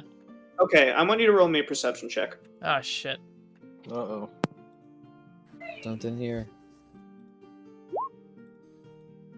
So 14, chat. you clear away some of the debris on the floor, and you see that there amongst the debris are feathers. Okay. You see that you clear out more of the debris. You see that there's dried blood on the floor. Okay. And you see that there is what looks like some kind of circle carvings in the floor. Whoa. Of different symbols that you don't quite recognize. But you also see that there's like a big thing of blood in the center of that circle. Oh. No, she straight up sacrificed that chicken for She evil straight magic up powers. did. She straight up did. That's so Yo. sad. I like her even more now. Whoa. So I mean, I feel like everybody's like jumping to the correct conclusions, and I'm just kind of looking at it, and I'm just like, I don't know what this means, but it seems like everybody else does. That's Bradtherius is like, someone's pillow lost some stuffing. An intense pillow fight happened here. So I turn to like Runa and Mepis, and I go, what is it? What does it all mean? I don't understand. Did she send a chicken to her daughter, or did she kill the chicken?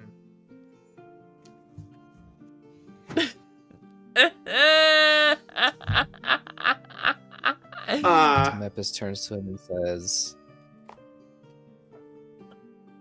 "Worry yourself not with this master of chickens. It's gone. The chicken's gone." Okay. Jesus. Wow, that's a lot. I won't think of it anymore. I feel like we should investigate all the rest of the rooms that we can't see right now, right? So Well, hold on. Before we go, you said there was like a pool of blood in where we are, right? Yeah. Can we check if it's human blood or chicken blood? Absolutely Oh, check nice. that. Balmir, I want you to roll me Nice. medicine or nature. Yeah. Oh! 22, baby. All right, That's so that a was huge a crit. roll. Yeah, That's so a huge roll. this is a Huge. bajillion% chicken blood with a little bit of human blood. Oh, shit, she's a chicken human. I share my findings with everyone. So as you're saying this, you all hear footsteps coming down the hall, and turning the corner, you see Alonso, you see Cassidy, and you see Mirren. Oh, these And bitches. Alonso, he says, so what did you find? Wouldn't you like to know? Yeah, I don't know. we're- Like, how we're nice forthwith to are we nice to them? That's why I asked you. Just had an intense pillow fight. I say nothing. We say there's a chicken human. So you see Mirren kind of like looks around the floor. He's like, dude, there was some hell of a pillow fight in there. And Alonso's like, Jesus Christ. Jesus Christ. So, look, the rest of us, we've been checking rooms in the house. Checked the whole second floor, didn't find a damn thing. Even checked second study, right on the other side of that grand feast hall. Mhm. Didn't find anything. Of course, none of the servants wanted to speak to us much. Find that people don't really Trust the like guild? us. Yeah. What a surprise. I say I have no idea why that could be. You're so likable. So he's like, he kind of like frowns for a second, but he's like, anyway, I'd like to get this wrapped up before lunchtime. So, did y'all speak to anybody? Y'all find out any good information? There's some incredibly mysterious chickens that you should probably check out. Probably shake their In the cage a few stable. times. Yeah. We were I feel too like stupid to figure out what was going on with those chickens, but you guys are so smart. I think if you spend a lot of time there, you'd probably find out some cool shit. Probably. So he kind of like, Chat, see I feel he, like like, rolls we're gonna his go eye, into like a and super he's hard like, boss. hell. And And he, we're gonna need you these see, he people just to kind come, of like, and we're not gonna get it. he angles his other eye, so it's like facing all of you. And I need all of you to roll me a wisdom save. Oh shit. Oh god. I was just gonna tell him, but I guess I'll roll. I'm so wise, Chad. I got a 16. Me. 16. I'm so wise. Okay. Do you like wisdom, chat? Yeah. Nice numbers, Runa. Oh yeah, nice. Nice. So Bradtherius and Beansprout, you feel as though you were just briefly you feel as though something was you felt a fog over your mind really quick. But you shake it off.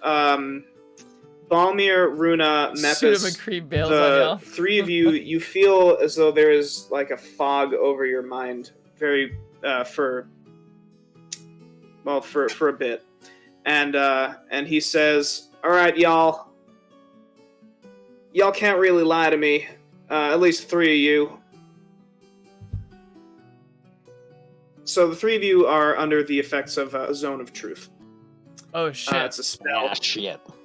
Except for And he, Bradtherius, because I have a strong mind, right? Except for Bradtherius and Beansprout. Two of you. Oh, yeah. And he says, I don't normally like to use this on civilians, Strong but mind. y'all have been particularly obstinate this morning. Did you just? And He just called us civilians. He says, some bullshit. did you find any clues from the staff here that you've been questioning? They have to do can it. I pick up a bunch of feathers off the ground and shove them in my mouth? Yeah, you know what? Go for it. You know, hold on.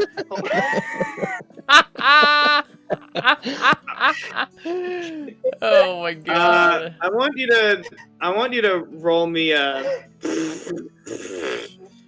I love Sleight of watching when we sidetrack from Tyler's plans because he has a moment of just fucking So you see, You tell us Runa, yeah, sure. you start Jesus, to be yeah. yeah, but you start yeah, and you just start shoving shit in your mouth, and so Alonso just kind of Oh my god. all right, Oh well, my god. so he Amazing. I love it. I love it. he says She rolled a 17 well, in sleight of hand, chat. That's why it's clear to me that you did from your wanting to We're such a dicks to these guys. a bunch of stuff in your mouth. He takes a step into the room and he looks around, and he kind of brushes the debris aside and he sees the circle, and he's like, what do you make of this? It's Who is he talking to? All all of you. of us? He's like, what? My mouth is full of feathers, so Balmir, you're on your own. Balmir just looks at him and says, "It's circle." So someone did check this Oh my god, we're thing on just the trolling ground him. to find out exactly what it was. Was it the timer for the things to go off? Do we know what it did or what its purpose was? Did we check that or know that? You did not, in fact. Yeah, nobody We don't know. checked it out. Yeah. If you want to make some kind of wait to check it. yeah.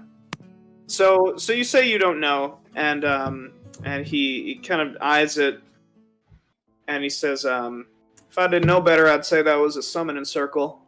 Ooh. Summoning course. a human chicken? He looks at you. He's like, you weren't compelled by the spell, if memory serves. I'm just curious. I have a strong mind. he's like, no, I don't reckon they summoned a chicken or a human. But a human chicken. He kind of brushes off one of the runes, and He doesn't he's answer like, me. Yeah, it's as I thought. Sulfur. Oh fuck, the music just got epic. And so he What does it mean, chat? he says, Hell is rising up against us? look, y'all. If y'all know something, we might be having a situation on our hands here. So I suggest, in the interest of not just me, but yourselves, and the owner of this here establishment, that you penny up and tell me what you know. Okay. I step in front of the people who have clearly weaker minds than I do. I'm sorry. and I say, now before I tell you, I just have to say, I don't like you. But we did find a cauldron with some runes and something that holds a chicken that has a disc in it that shouldn't have been there for the holding of chickens. And that's basically all we know. The cauldron that the runes was in was the soup that was in it disappeared, and we also know that what's her name? Marina. Karina was nearby. She's from Catan. She was nearby and she had a cut in her hand, and there's chicken and human blood in this blood. So that's all we know. Also, I hate you, so that's all we know. So Wait, why did Bradtherius tell him everything? I would have So, too. If he didn't, I was going to. I was going to just break down and tell him everything. So, like, as soon as you say that, he's like, "Oh fuck," and he bolts, and like he starts shouting. He's like, "It's the girl! It's a servant!" And you see all three of them begin to run. What would you all like to do? I want to tell him. I say I don't like him. I just feel like we should follow him. Yeah, I feel like we should run after him. All right. So I had a whole plan, and I was gonna flirt with her and get her to confess, but this is fine too. This is fine. It's fine. So you see the three of them. They run in. You can still do that. Yeah, it's Can we run in also? Yeah, absolutely. Yeah, you can definitely run in. You can It's a little late for that. put yourselves wherever you want. And so, what would you like to do? You run in. Karina looks startled, and as do the other two people in the room. Can I try to persuade her again? Yeah. What would you like to say? I want to ask her to tell us the truth. Just like, Okay. we know that you're hiding things. I unless Runa, Wait, sorry, I don't want. I know you said what? you wanted to. So maybe you should. What's your persuasion? 4? Okay, mine is 5. Oh, go ahead, do it. Okay. Well, Well, I mean, I feel like considering everyone has like burst into the room, she kind of knows the jig is up at this point. So I don't know if me being like, "Hey, this guy sounds like a dick," right? I would also try to sabotage his party. I don't think that's gonna work. I think me and Runa have charm person ? I just. Runa? Yeah, I think we do, or we could just try to persuade. Mm-hmm. Okay, proceed. Okay. I guess I want to say like, hey, so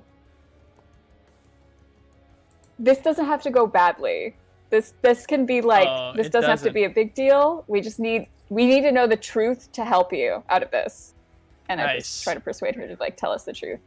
All right, yeah, go ahead and roll me a persuasion with advantage. All right, nice. So that's 15. So she stops what she's doing, and she kind of like puts her head down, and she says, "I thought."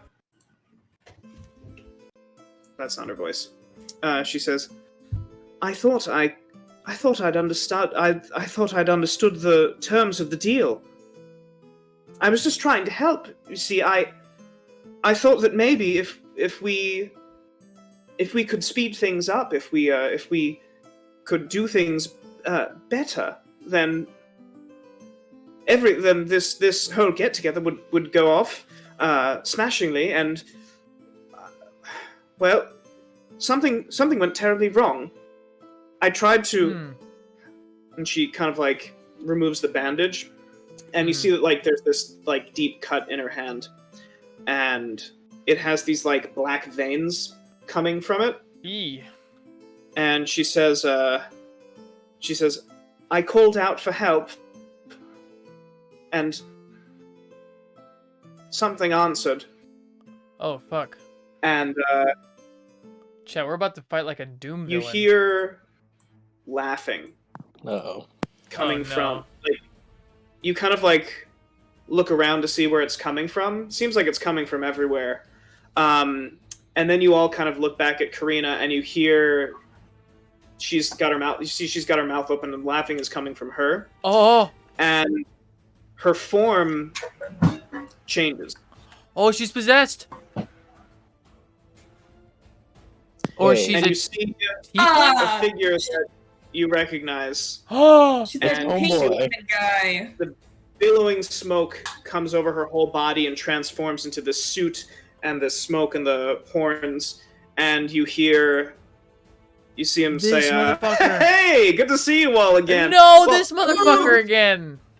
Good news, Ooh. don't need you anymore. Can already take physical form thanks to this stooge. Hey, am I right? He says, also, great news. Don't need any of your bodies anymore. Got my own army. And he says, hope you like soup. And you see out of the walls, you see this tomato soup begin to like ooze out and like plop onto the floor. Oh, I And hate it soup. begins to all take shape in the form of those things that just appeared Man, below. food shouldn't ever below. betray me. That sucks. And you see these, like, you hear a series of plops, Oh, gross. and you see all of these things begin to like form up into these little bubbles. Ah, gross. And we're gonna roll for initiative, and then we're gonna take a bio Oh break. my god. Oh. This is we're in such a closed-in area.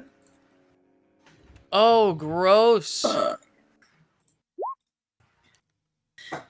Where's my initiative? There. So yeah, we're just gonna take a bio break after Oh my this. god. It's like the way it is. Balmir, Wow, yeah, this is a really small area to fight Bradtherius. 10 people. Mine says you wanted to send the results of this roll to the turn tracker, but no valid token was selected. That was my Yeah. fault. So before you click initiative, you need to click on your like little token Aw. on the screen, Man, and then you click. I Now, rolled don't a worry about it. I've 19. already. No. Like you'll still have it the 19. I I'm rolled an I'm gonna 18 change- first, so I feel you. Yeah. No. Your initiative is your initiative. I'm just gonna Thanks. plug it in. You're welcome. Mepis got that C. Holy Bradtherius got the shit, 16. dude. Yeah, the Awesome. MLM And then dude. I'm gonna roll for them, and then we're all good. Oh, okay, so we got this fight coming up after this short break. I don't even know what time it is. Okay, it's about to be 6. Do we want to say 6:10? Yeah. Is that cool? Yeah, Ten that sounds afterwards great. for me. Dope. All right, see you all in 10 minutes. All right. Wow, chat. So we are gonna take we'll talk for a little bit here, and then we'll take a break, and then we will finish this battle and have the rest of episode 5 right after this brief break. So you guys are fantastic. Stick around. I will be back a few minutes before the actual break is done, but we should be able to start back up at around 6:10 Eastern. So love you guys, and I will be right back. Here we go. If I can find the correct scene. There it is. Yeah!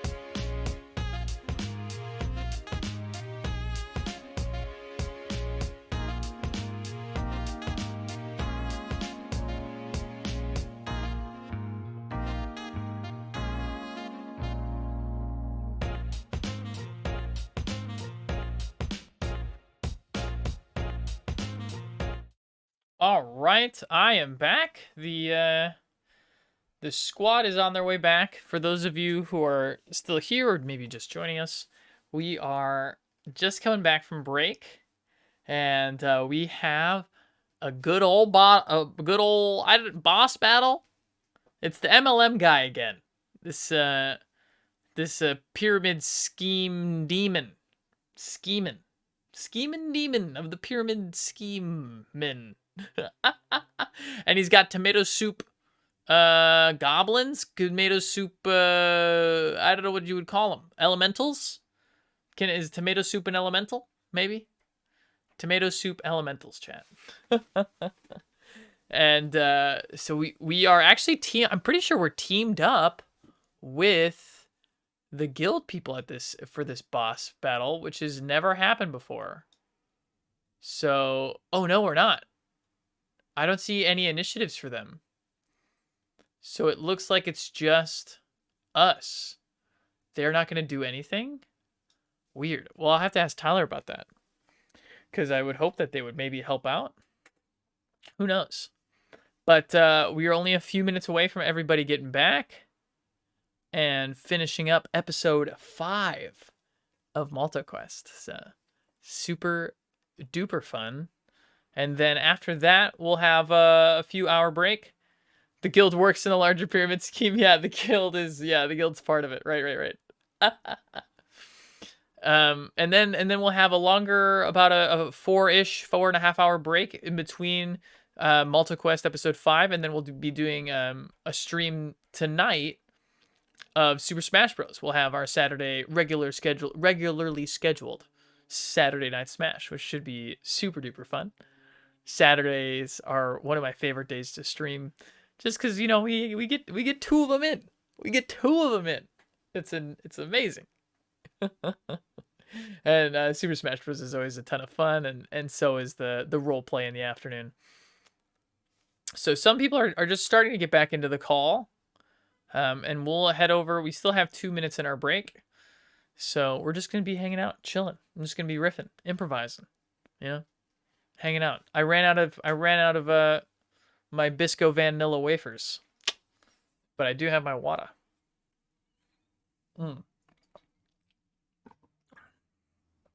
Oh man.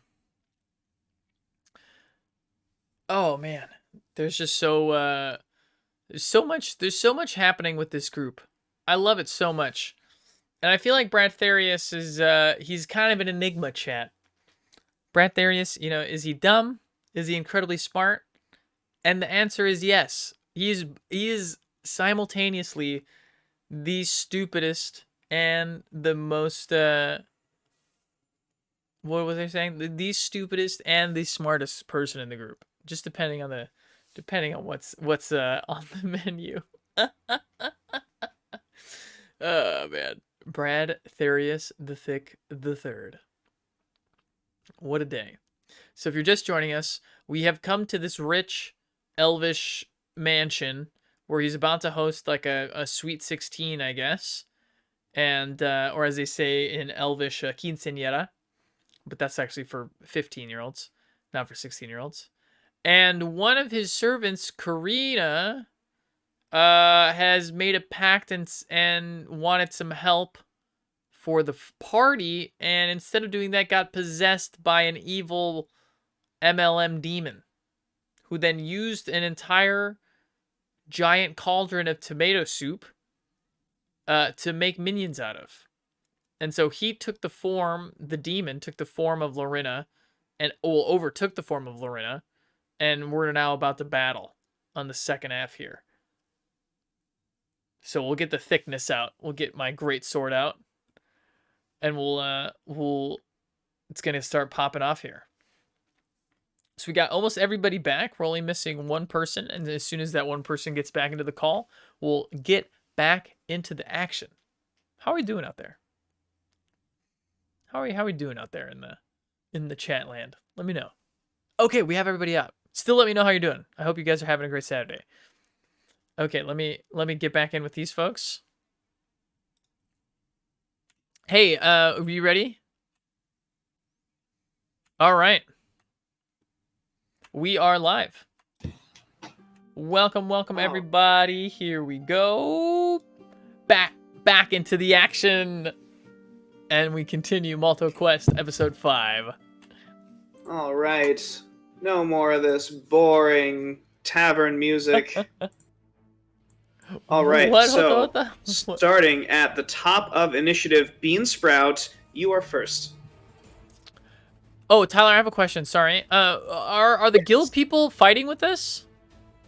Yes, they are. Yes, they are. They're going Okay. to act. Yeah, they're going to act after Runa, before the soup monsters. Oh, okay. Got it. I just didn't see them on the turn order, so I didn't know. Yeah, I forgot to put them. Okay. All right. Dope.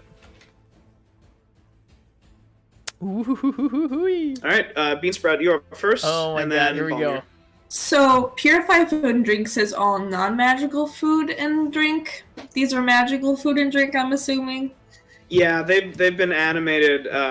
You get the feeling that they are no longer food. That they're like kind of more golems now. They are than no anything. So longer no food. eating. So you're saying we No can't eat eating the them? monsters. You can't eat them. No, Tomato Oh my soup god. golems. I mean, Whole fight. you can eat them, but like, they're alive. Nice. Okay, Never but when stopped me you kill before. them- That's fair. Okay. Yeah, look. I mean, if you want, you Okay. can definitely give it a try. Well, I am Chad, we just gotta throw a bunch of crackers surrounded on 'em, you know? by soup Soak 'em all boys. If I try to leave, they'll attack me, right? Yes. We are surrounded. This is That's not so looking fun. good. This is not looking good. But luckily it goes Can you- Runa and then Balmir and then me. Entangle soup? Maybe you could try it. Okay. Ah! I mean, they are golems, right? They have like they're thick, like they have mass. Yeah. Okay. Yeah, you can definitely try it. Coagulated soup. Yeah. Fuck. I'm Coagulated. gonna give soup. myself 20. This isn't. I don't have enough space to fight in here. Just gonna have to bop somebody. Okay. Just gonna fight. Just gonna bop. Chat, close quarter combat. This is what Bradtherius was built for. Built for, baby. So what's the difference between one-handed quarterstaff and two-handed quarterstaff? Just the amount of damage that you deal. Oh. So like one hand or two hand. Nice. Happy to hear you're good, Hota Hota. Okay. Oh yeah. Oh yeah, that boss music, baby. Oh, there we go. Oh 18, damn! Yeah. 18 roll so on you quarterstaff. crack this one right on top of the head with your two-handed quarterstaff, and you just pick it up and you just, and you hear this as you like crush into its like soupy body, Ugh. and it takes 6 points of damage. It's like you've like really messed up its form, so it's like part of it is just like complete liquid now, and it's like it's trying to reach out to you, but it can't seem to like. Nice. you So they messed probably up only a have lot. like 7 or 8. 7 or 8 Balmir, hit it's your points. turn. That's the one to the right of me. Which one is that? This one. Okay, Balmir, good, it's your sorry. turn. Okay, I want to shoot the suit guy. Okay, Ooh, nice. Going straight for the boss. wait. Nice. All right.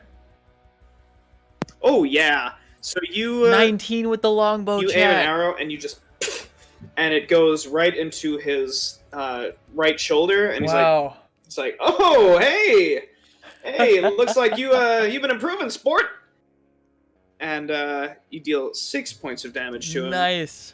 He's like, oh, kind of hurt right there. That wasn't great. Anything else from you, Balmir? Nothing else for me. All right, Bradtherius, it's your turn, and then Runa. Okay, and with the greatsword, I can only hit one, right? I can't do like a link, like up B, kind of thing. Like, ah! Yeah. You spin around the circle. No, Okay. no, not yet. You will Not yet. eventually get something so. Oh, cool.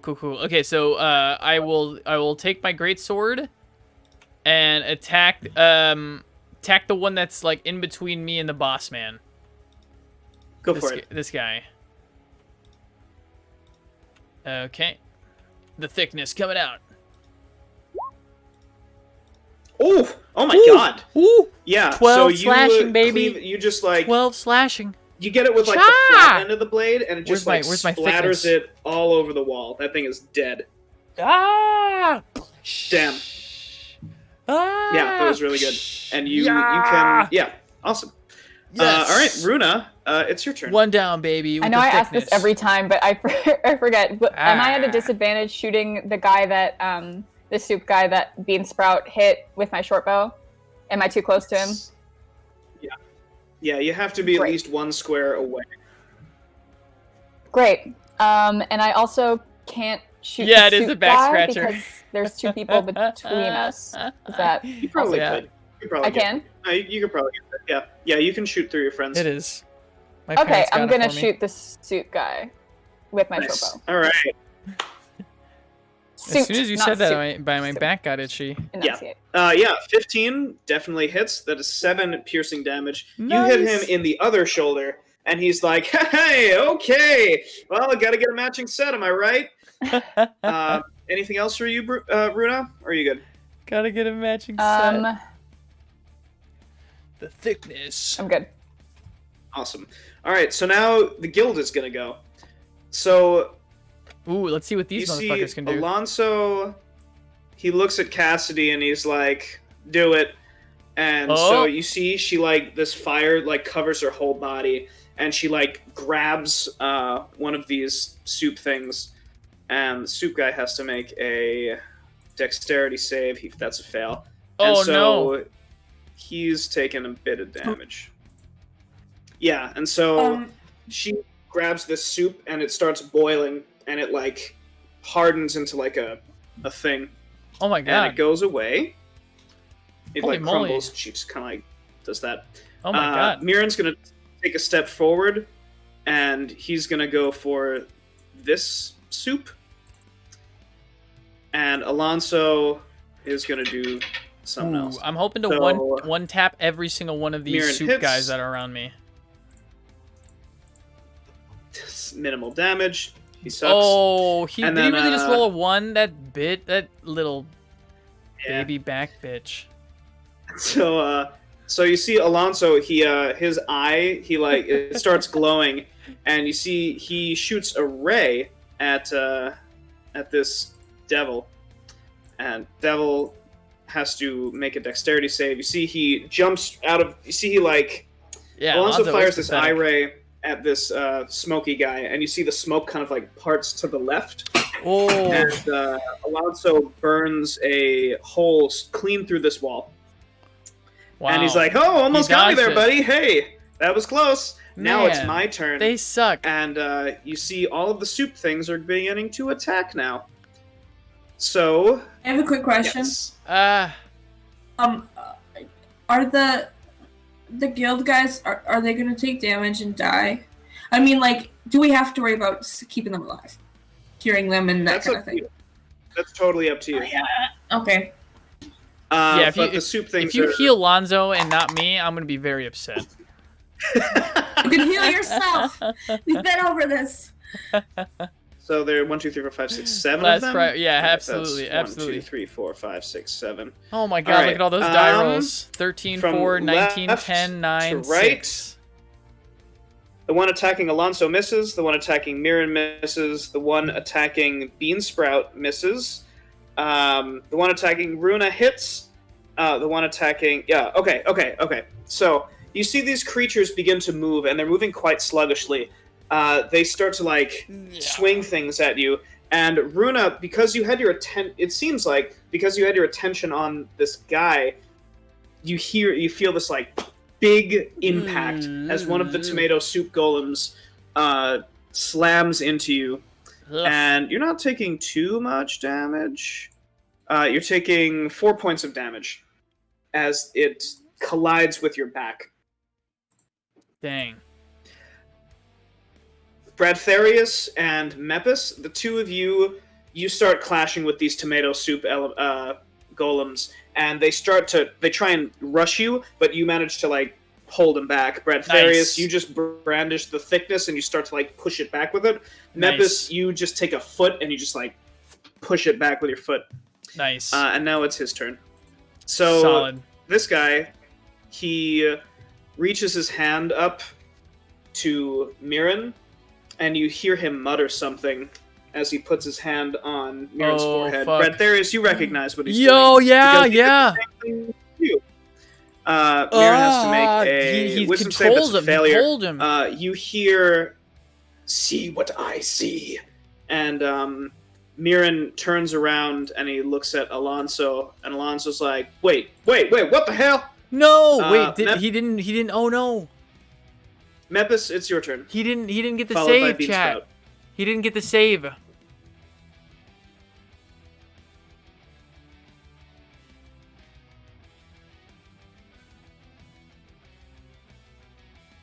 I love how we're all just bopping to the music. Mepis, you there? Oh, yeah, you're good. Mepis lining up his shot.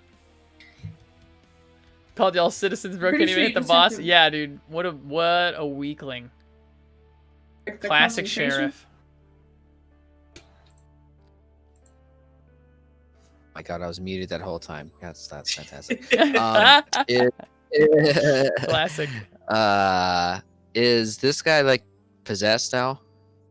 It seems as though he's under the same control that Bradtherius was when you went into the painting. Yep. I recognize it well. Uh, How did we save me from that one last time? You just had to break concentration. Can Oh, somebody that's right. DM me? I for some reason I cannot hear Steve.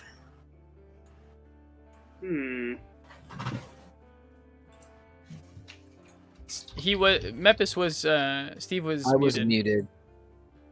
Oh, yeah. Yeah, I was Steve was muted, muted. Oh, but he's... He hasn't said Discord, I anything was this whole muted. time? I haven't heard him say a single thing this whole time. Oh, okay, then I guess you're missing. Oh, okay. Can then. you can't Yeah, hear him yeah, now? I can't even hear him Hear now. me now? No. Oh, weird. rip. Okay, then yeah. Kill the That's guild weird. guys then? Nah, just awful. Right. Can you Oh hear the rest of man. us? Mm-hmm. Oh, that was This weird. has happened before with Steve too, actually, but just him. Sometimes I just can't hear him. All right, well, Steve, why don't you take your turn and then we'll fix your audio or whatever's going on there.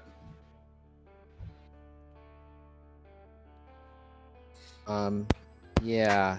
If I do the, wanted to blind the main guy, Nice. Okay. color spray. Nice. Yeah, go for it. So I think he's in range, 15-foot cone. Oh yeah. Easy. Oh yeah, So that's what I'm gonna do. nice. So let's do that. Then it says cast at what level? That's so Level 1. Nice. All right, so 6d10. So you can affect 30 hit points of creatures. Okay, so so this guy, you see like a couple of his eyes wink out, Uh but oh. the rest of them are fine. Yes. However, this blob, and Mirren are all blinded. Okay. all right. So the main guy isn't blinded. Right. But the two blobs that are next to him and Mirren, they're all blinded. Dope. Is it dope that Yeah. we blinded Aaron?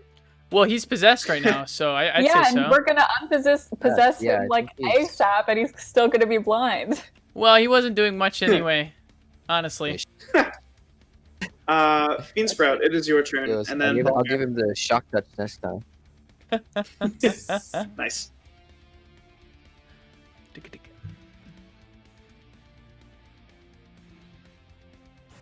Sorry. Can I get No, a you're good. recap? What happened? So Mepis blinded these two blobs and Mirren. Oh, okay. Oh, that was good. Okay. Okay, sorry. You're good. No.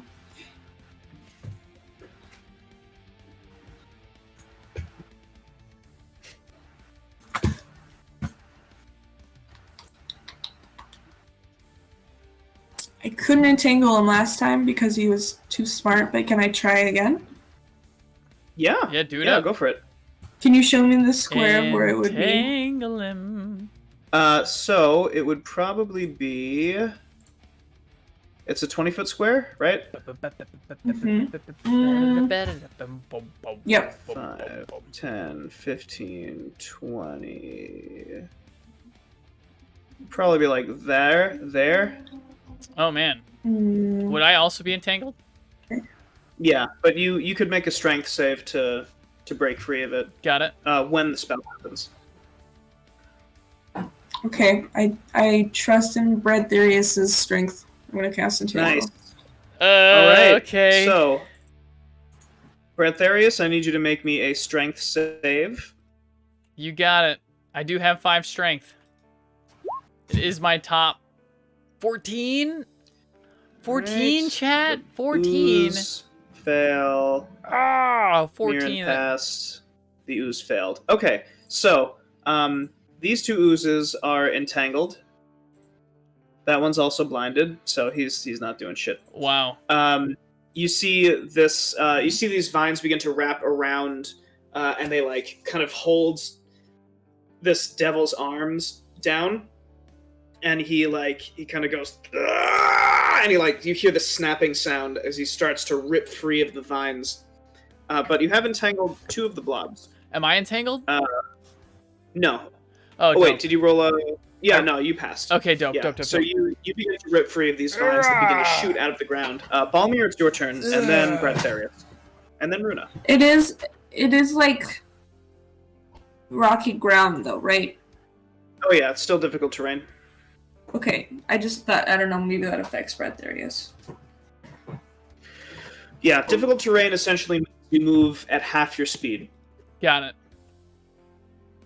Sorry, homie. No worries. Yeah. Balmir, it's your turn. All right, I'm going to I'm going to shoot. I'm going to shoot one of the golems that's by Beansprout. Nice. All right, go for it. I want to shoot the one that will be able to hit either Beansprout or Runa. That one. Hold on, I think I Okay, need that a one little did take some refresh on damage what too, I second think, wind already. is. Yeah. So so Beansprout, you see this golem. It starts to reach out at you, but you see this arrow go through its head, and it just completely melts into the ground. And you look to your right, and you see Balmir is right there. Yeah. Awesome. Bradtherius, Nice. It is your turn, and then Runa. Okay, I'm gonna hit this guy who's entangled. Actually, no, probably, yeah, I'm gonna hit this guy who's entangled with the thickness.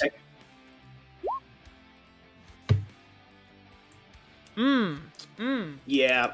Oh, he's entangled, so you have advantage. So yeah, that hits, and yeah. So you see, as these roots are beginning to go through it and wrap around its body, you just hack it to pieces, and it melts into the roots, which just cover it and begin to writhe over it. Yes. That was awesome. Yeah, Nice. and then I guess if I move away from this guy, I'll get a hit, right? He will take a swing at you, but he might miss. Okay. I can move after I strike, right? Mm-hmm. Oh yeah. Okay. Actually, you know what? I'm gonna stay put. Okay.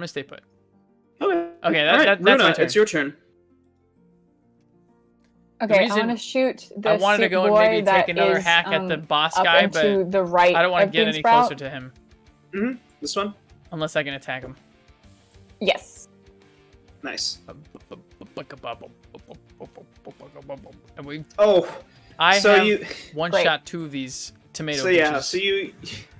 Oh no, Old she rolled habits a die 5. hard. You put the arrow on the other side of the bow, No. and he just and there's a kickback to the releasing of the bowstring, Oh, and no. the arrow thunks into one of the chairs. Ugh. And That chair. yeah, fuck that chair though. All right, so now it's the guild's turn. So you see Alonso. He looks at Mira and he's like, "Snap out of it, boy!" And he you see he opens his eye a little bit more, Oh. And you see Oh. he like puts his hand on Mirren, Oh. and he like opens his eye and he like stares into it. Whoa. And you see Mirren's like starts to like convulse, and then What he if Mirren dies, he chat? kind of like slumps to the ground a little bit, and he comes back up, and he looks like he's no longer under the influence of this spell, Dope. though he is still blinded. Nice. Mirren's going to he's blinded. Cassidy, she looks at the creature next to you, and she looks at you, Beansprout, and she's like, "You okay, sugar?" And you see she takes this like little dagger and she starts like stabbing at this this one. She doesn't. It doesn't work though, because she's like, "Sorry, no good with a knife." Yo, these guys are garbage. These guys are absolute trash. All right, now it's We've all been their moving. turn. Let's Next time bitches. we can fight these guild guys, So- we're gonna fight. So this them. entangled one is going to try and attack Alonso. That's He's blind too. 16 is going to hit. Right. So that means he has disadvantage. So that's a 4. The one in front of Cassidy is going to attack her. That's 12. That's a miss. There's one that's going to attack Beansprout. That's a crit. Oh boy. Oh no! And then one's going to attack Bradtherius. That is a 14. All right. So Beansprout. Oh, I think that hits me. That's a 14. You're taking 12 points of damage. Oh my god! How many Jesus HP do you have? Christ. How many? 2. Like, I start- died 2 episodes in a row. FTD, I yes. swear to God. Oh God! The Well, guild. we're next to each other, so I can help out. I can Yeah, I'm close enough. give I you can also help. the heal touch. I forget what it's called. And so this guy, he takes 2 steps forward Oh yeah, as come he to like Papa blur. baby. You see, he like blurs Come forward, to Papa baby. right in front of Mepis, and he said, "You see him? He's like holding his hands out, and he's like, "Hey, you're a magic user, aren't you?" And he like thrusts his hands forward onto your head. Mepis, I need you to make me a wisdom save. No, we cannot. No, not Mepis. Dude, if we lose Mepis, He'd be it's the his. wisest of them all. It's his turn Not the next. strongest one out of all of us. Chad, We're it's his still in your turn backpack, next. Mepis.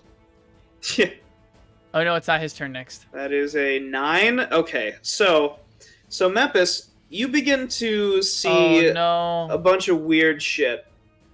You begin He's to like, so hallucinating. his form gets like way bigger in your mind's eye, and like you kind of look to your right and you see like the whole room is like rippling, and you're gonna take a little bit of psychic damage. Alright, I'm tripping.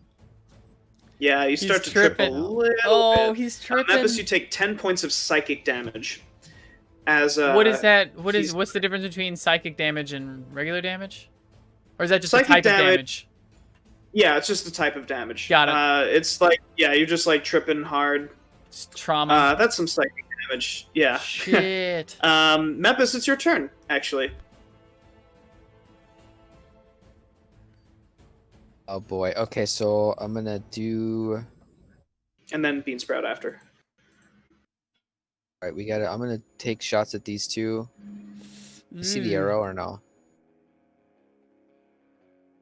Yes. Two. Oh, yeah, With yeah, yeah. the Yeah, gotcha. Magic missiles. Nice. So you They have the same HP. I got 2 and 1 to one that has more, or Okay. if they. perfect. Nice. Yeah. So 2. All right. Yeah. So go ahead and roll me 3 magic missiles. Magic missiles, let's go. So you all see Mepis, like this devil puts his hands on Mepis's head, and like you hear the screeching sound, and Mepis like tears his gaze away. So that's 1. I need 2 more. So Mepis like tears himself away from this, whips around, and flings these 3 bolts of energy at these 2 creatures, and it seems to hit them very hard. Ooh, okay. Damn. You see that like parts of them are flying off. There's like carrots on the wall. Like a little bit of parsley fell on the floor. Yes. Like it's rough. They look really fucked up, especially this one. Beansprout, it's your turn, and then Balmir. My God.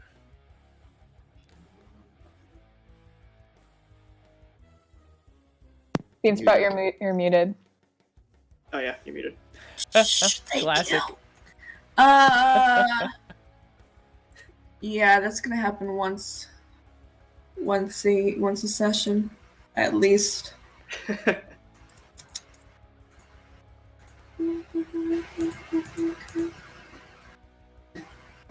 Got a heal, don't you? Do you have a heal? Yeah. I'm gonna heal as my bonus, Nice. Okay. and I will. Nice. Nice.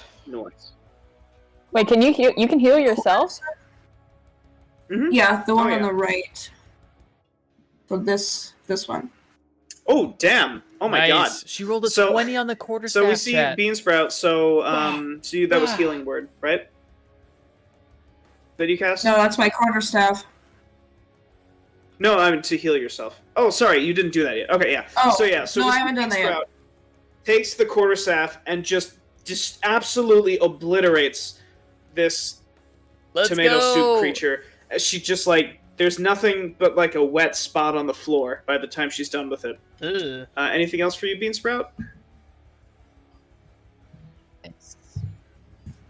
Cast at level 1, right?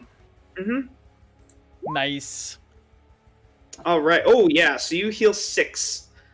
Nice. Nice. Very nice. Now it's me, baby. All right. So that was 2. You should have 1 spell I'm about to slot go. left, I About to go think. all out. About to go all out. Right. Mm-hmm. Yeah. That was entangled. Yeah. Okay. Yeah. So you're good. All right, Balmir, it's your turn. And then Oh no, Bradtherius. it's Balmir than me. Sorry. I'm just gonna keep wailing on the dude in the suit. Balmir does Nice. not care. Doesn't care about the ads. Yeah. Chat. So he's you got his fire eye. an arrow at him, and you see he like kind of blurs a little bit and like catches it just before it hits him. Oh my and he, god. You see he like crushes, like snaps it in half, and he's like, "Not this time, pal!" And he like drops it on the floor. And you see it like Oh, that's splinters badass. on the ground. That is badass. Bradtherius, it's your turn, and then Oh. Runa. Oh, I take a swing at this dude, at the main guy. I whip the thickness around and just take another swing at him, or my first swing at him. Oh my 24, God. baby. Oh my God. 24, What? baby. 24. 24. Damn. 24. Wow. Ah! Yeah. Ah! So The you thickness. take your sword and you just The like thickness. like full Yeah. body go in, and you see you cut like a deep gash. There's this like thickness. smoke like billowing out of his body, and Oh. he's just like and you like he makes this coughing sound, and you see this like sludge start to fall out, and Bradtherius, for a brief moment, you see the smoke part, and you see Karina's face. Oh. She says, "Help me!" and it's just like smoke goes right back, and he's like, "Oh, that was close there! Oh, all right."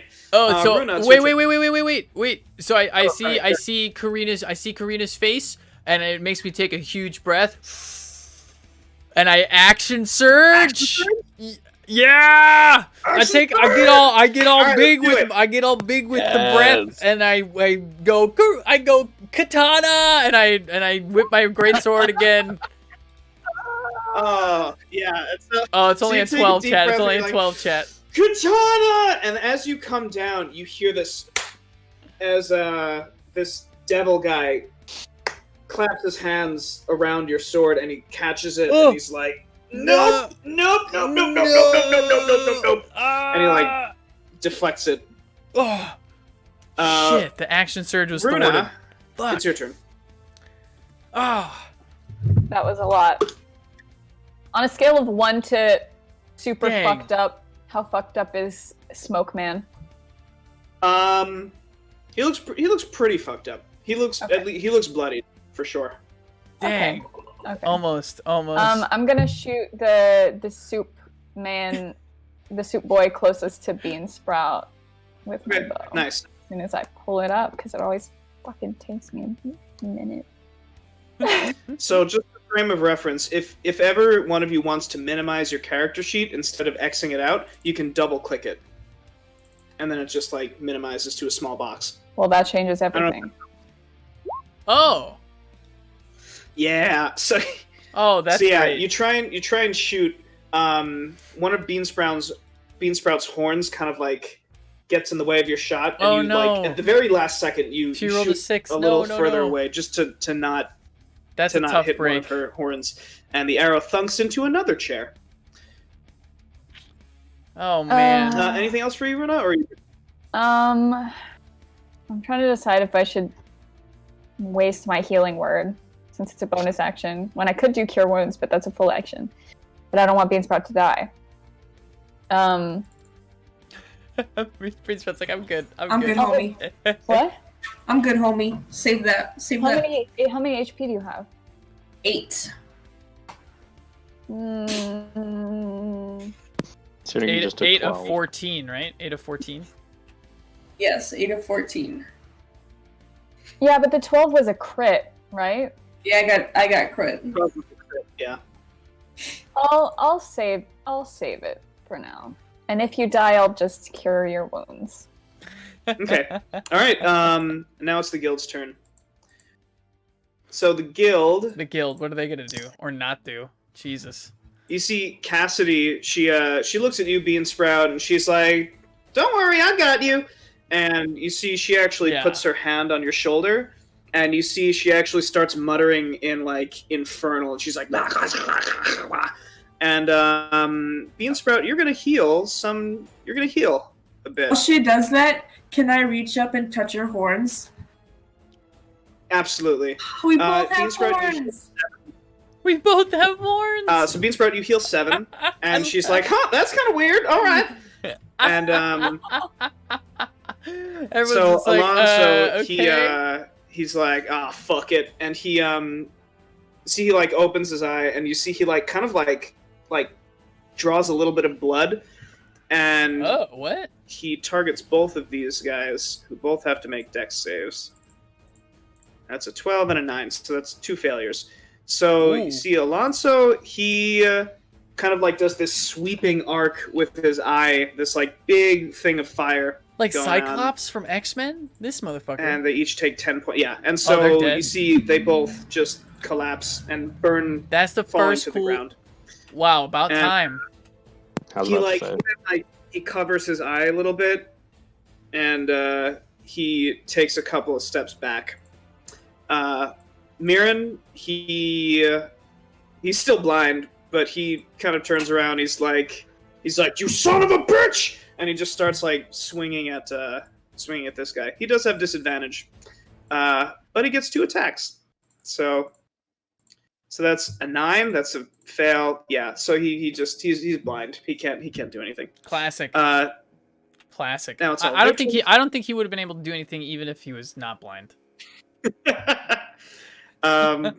So this blood creature, the tomato soup creature, is going to attack Bradtherius.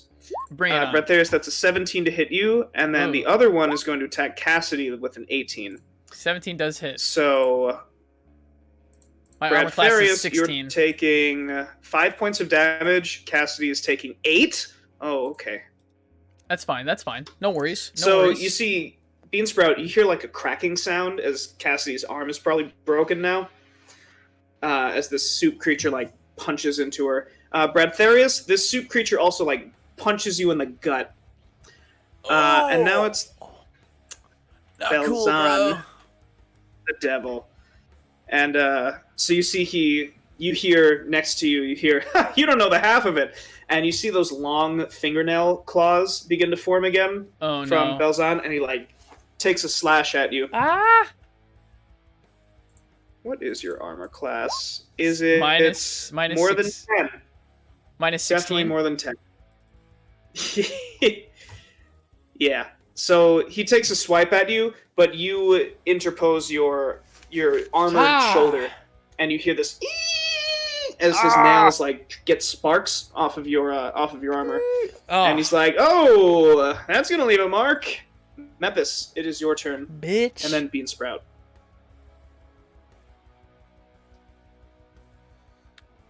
Fuck him up, Mepis.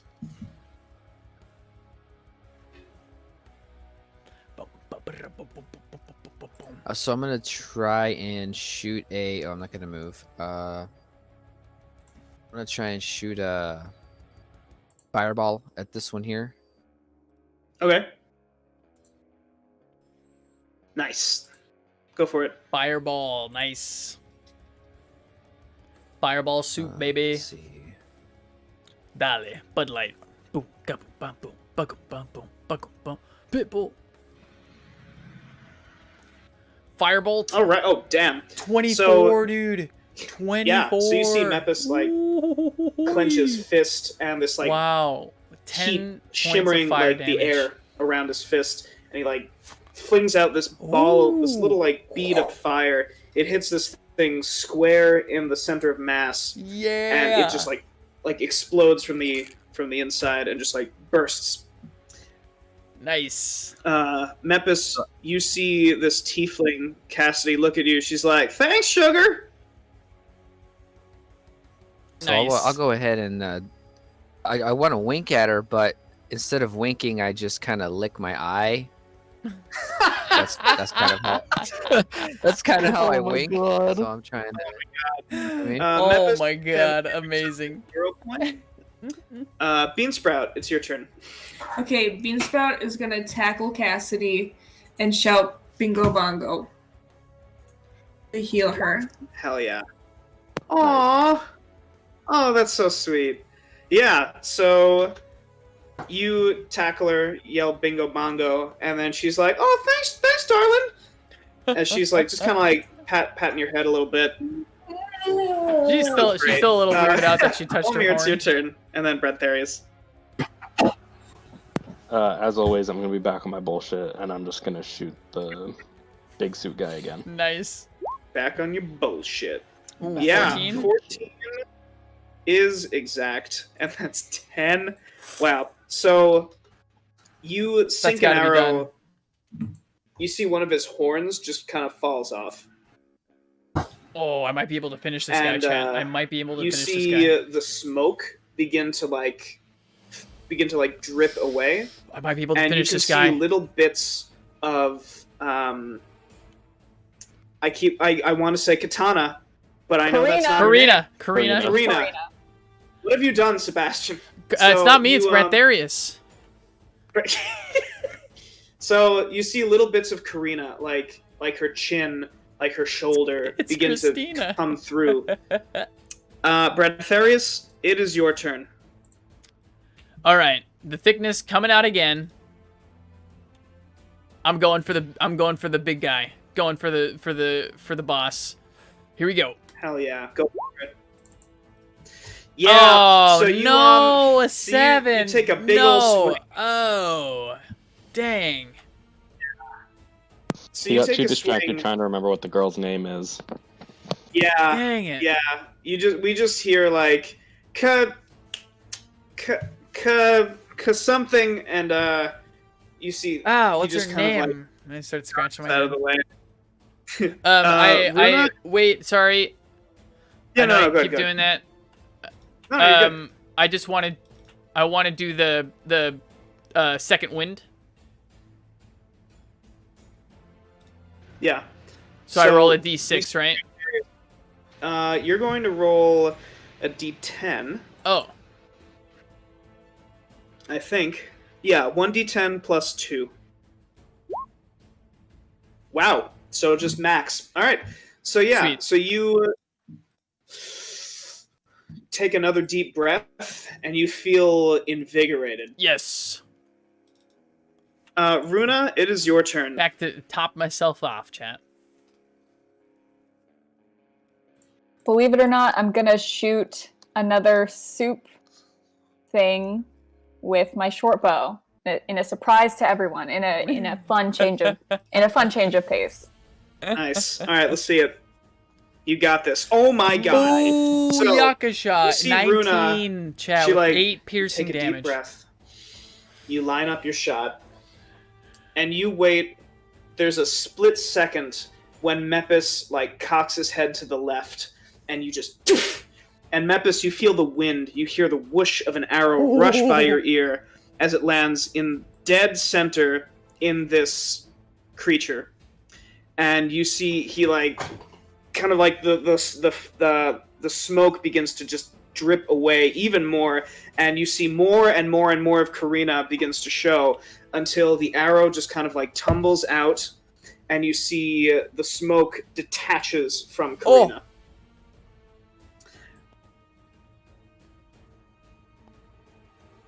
And you see the smoke, it levitates upward. Oh, I totally thought that and you see it's beginning to like, you see these like little cracks beginning to form as though it were like a solid object. And as they more and more and more begin to form, he says, got me again! Trust me, next time. And whoa! Then it completely disappears. Whoa! What about this soup boy? Soup boy, you see the soup just like and like melts into regular soup, and like Bean Sprout just like scooping it up. Wow! The spell is dispelled. Nice, solid final shot. Wait, is his horn still on the ground, or did he take that with him? Yeah, can we? I was about to say, I call the horn. God damn it! If it's on the ground, it's mine. It turned into smoke, and it just like.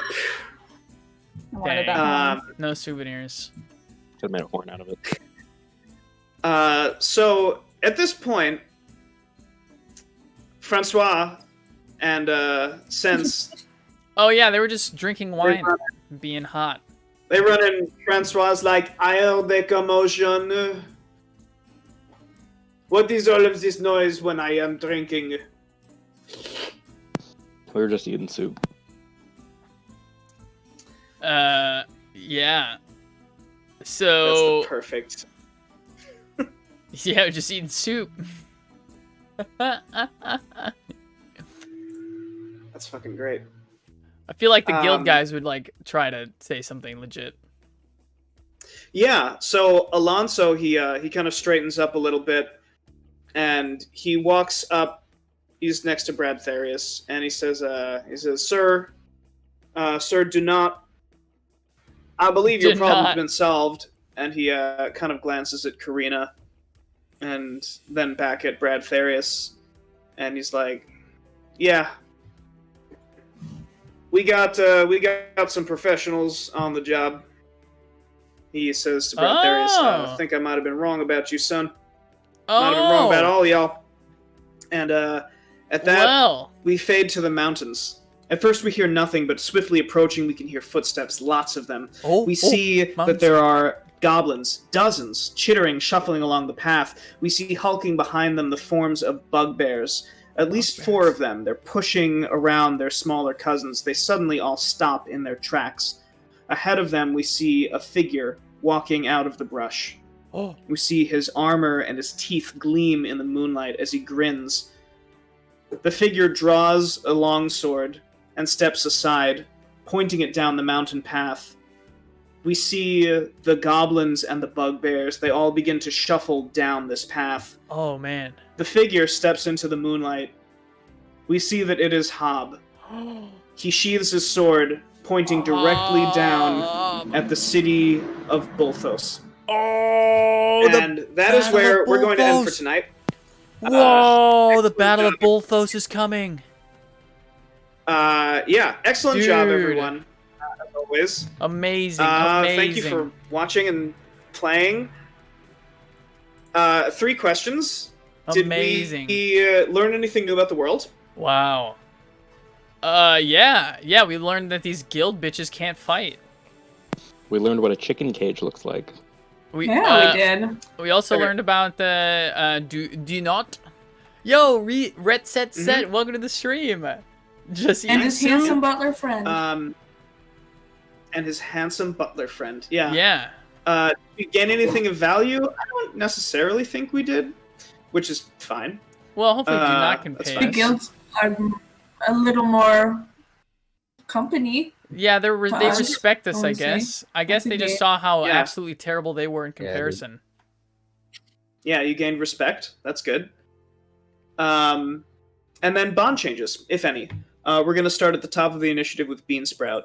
Beansprout, do you have any bond changes? Beansprout thinks Cassidy is so dope. She's red. She's got horns. Beansprout's got horns. She can cure. Beansprout can cure. I mean, she's like Yo, Red-Set, the non-romantic version that of so smitten. much. She's smitten. I hope you've enjoyed this stream. Whatever smitten is, but like for friendship. Smitten Nice. for And, friendship. I love that. I don't think any like bond changes within the group. Not really. We're all still homies, except for now we know what a Nice. chick coop looks like. Fair. Amazing. Balmir, any bond changes for you? Balmir is starting to trust the guild like a little bit more, but is still very like apprehensive of them, and that's kind of the only change for now. Okay. Bradtherius, any bond changes for you? Yeah, I mean, I started to feel a little bit of a bond change for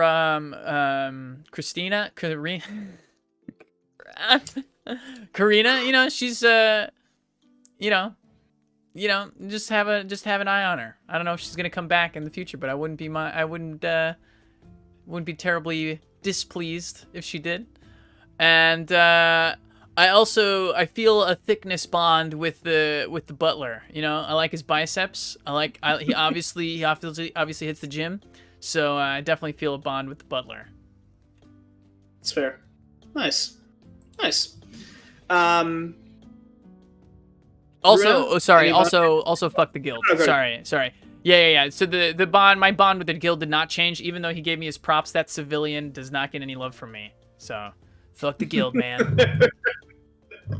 Fuck the guild. Nice. Runa, any bond changes for you? Yeah, I feel like Runa has like a kind of fun competitiveness for babes with Bradtherius now.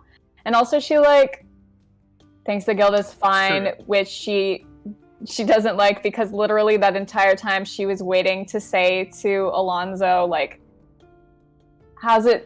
is it fun being lactose intolerant, you soy milk drinking bitch? Oh my god.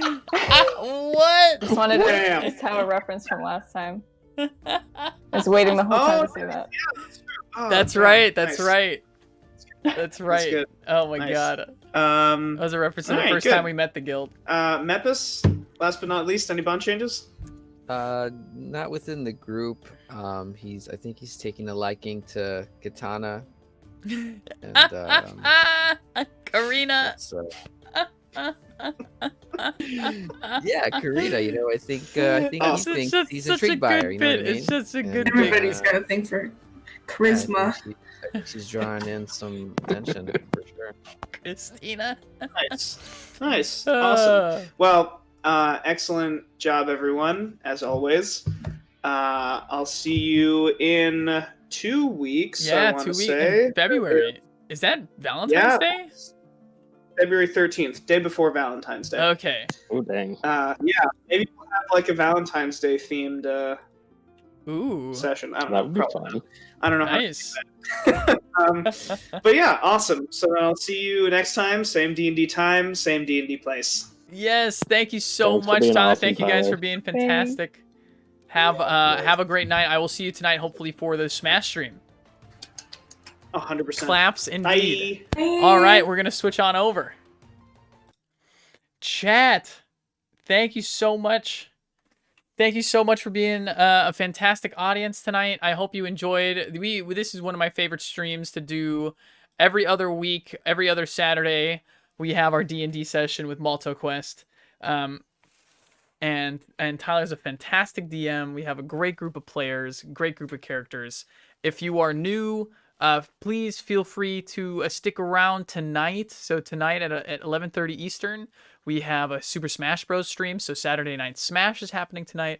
So I will be taking a few hours off stream and then coming back tonight at 11:30. So thank you so much for joining us and have a fantastic evening. I will see you guys later tonight for some Super Smash Bros. Let's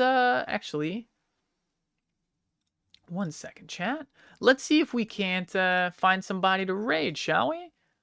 Oh, somebody to raid. Who do we want to raid? Whoa.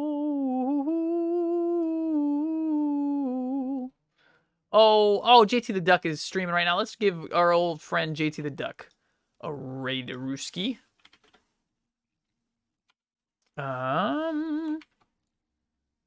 He's playing some Resident Evil.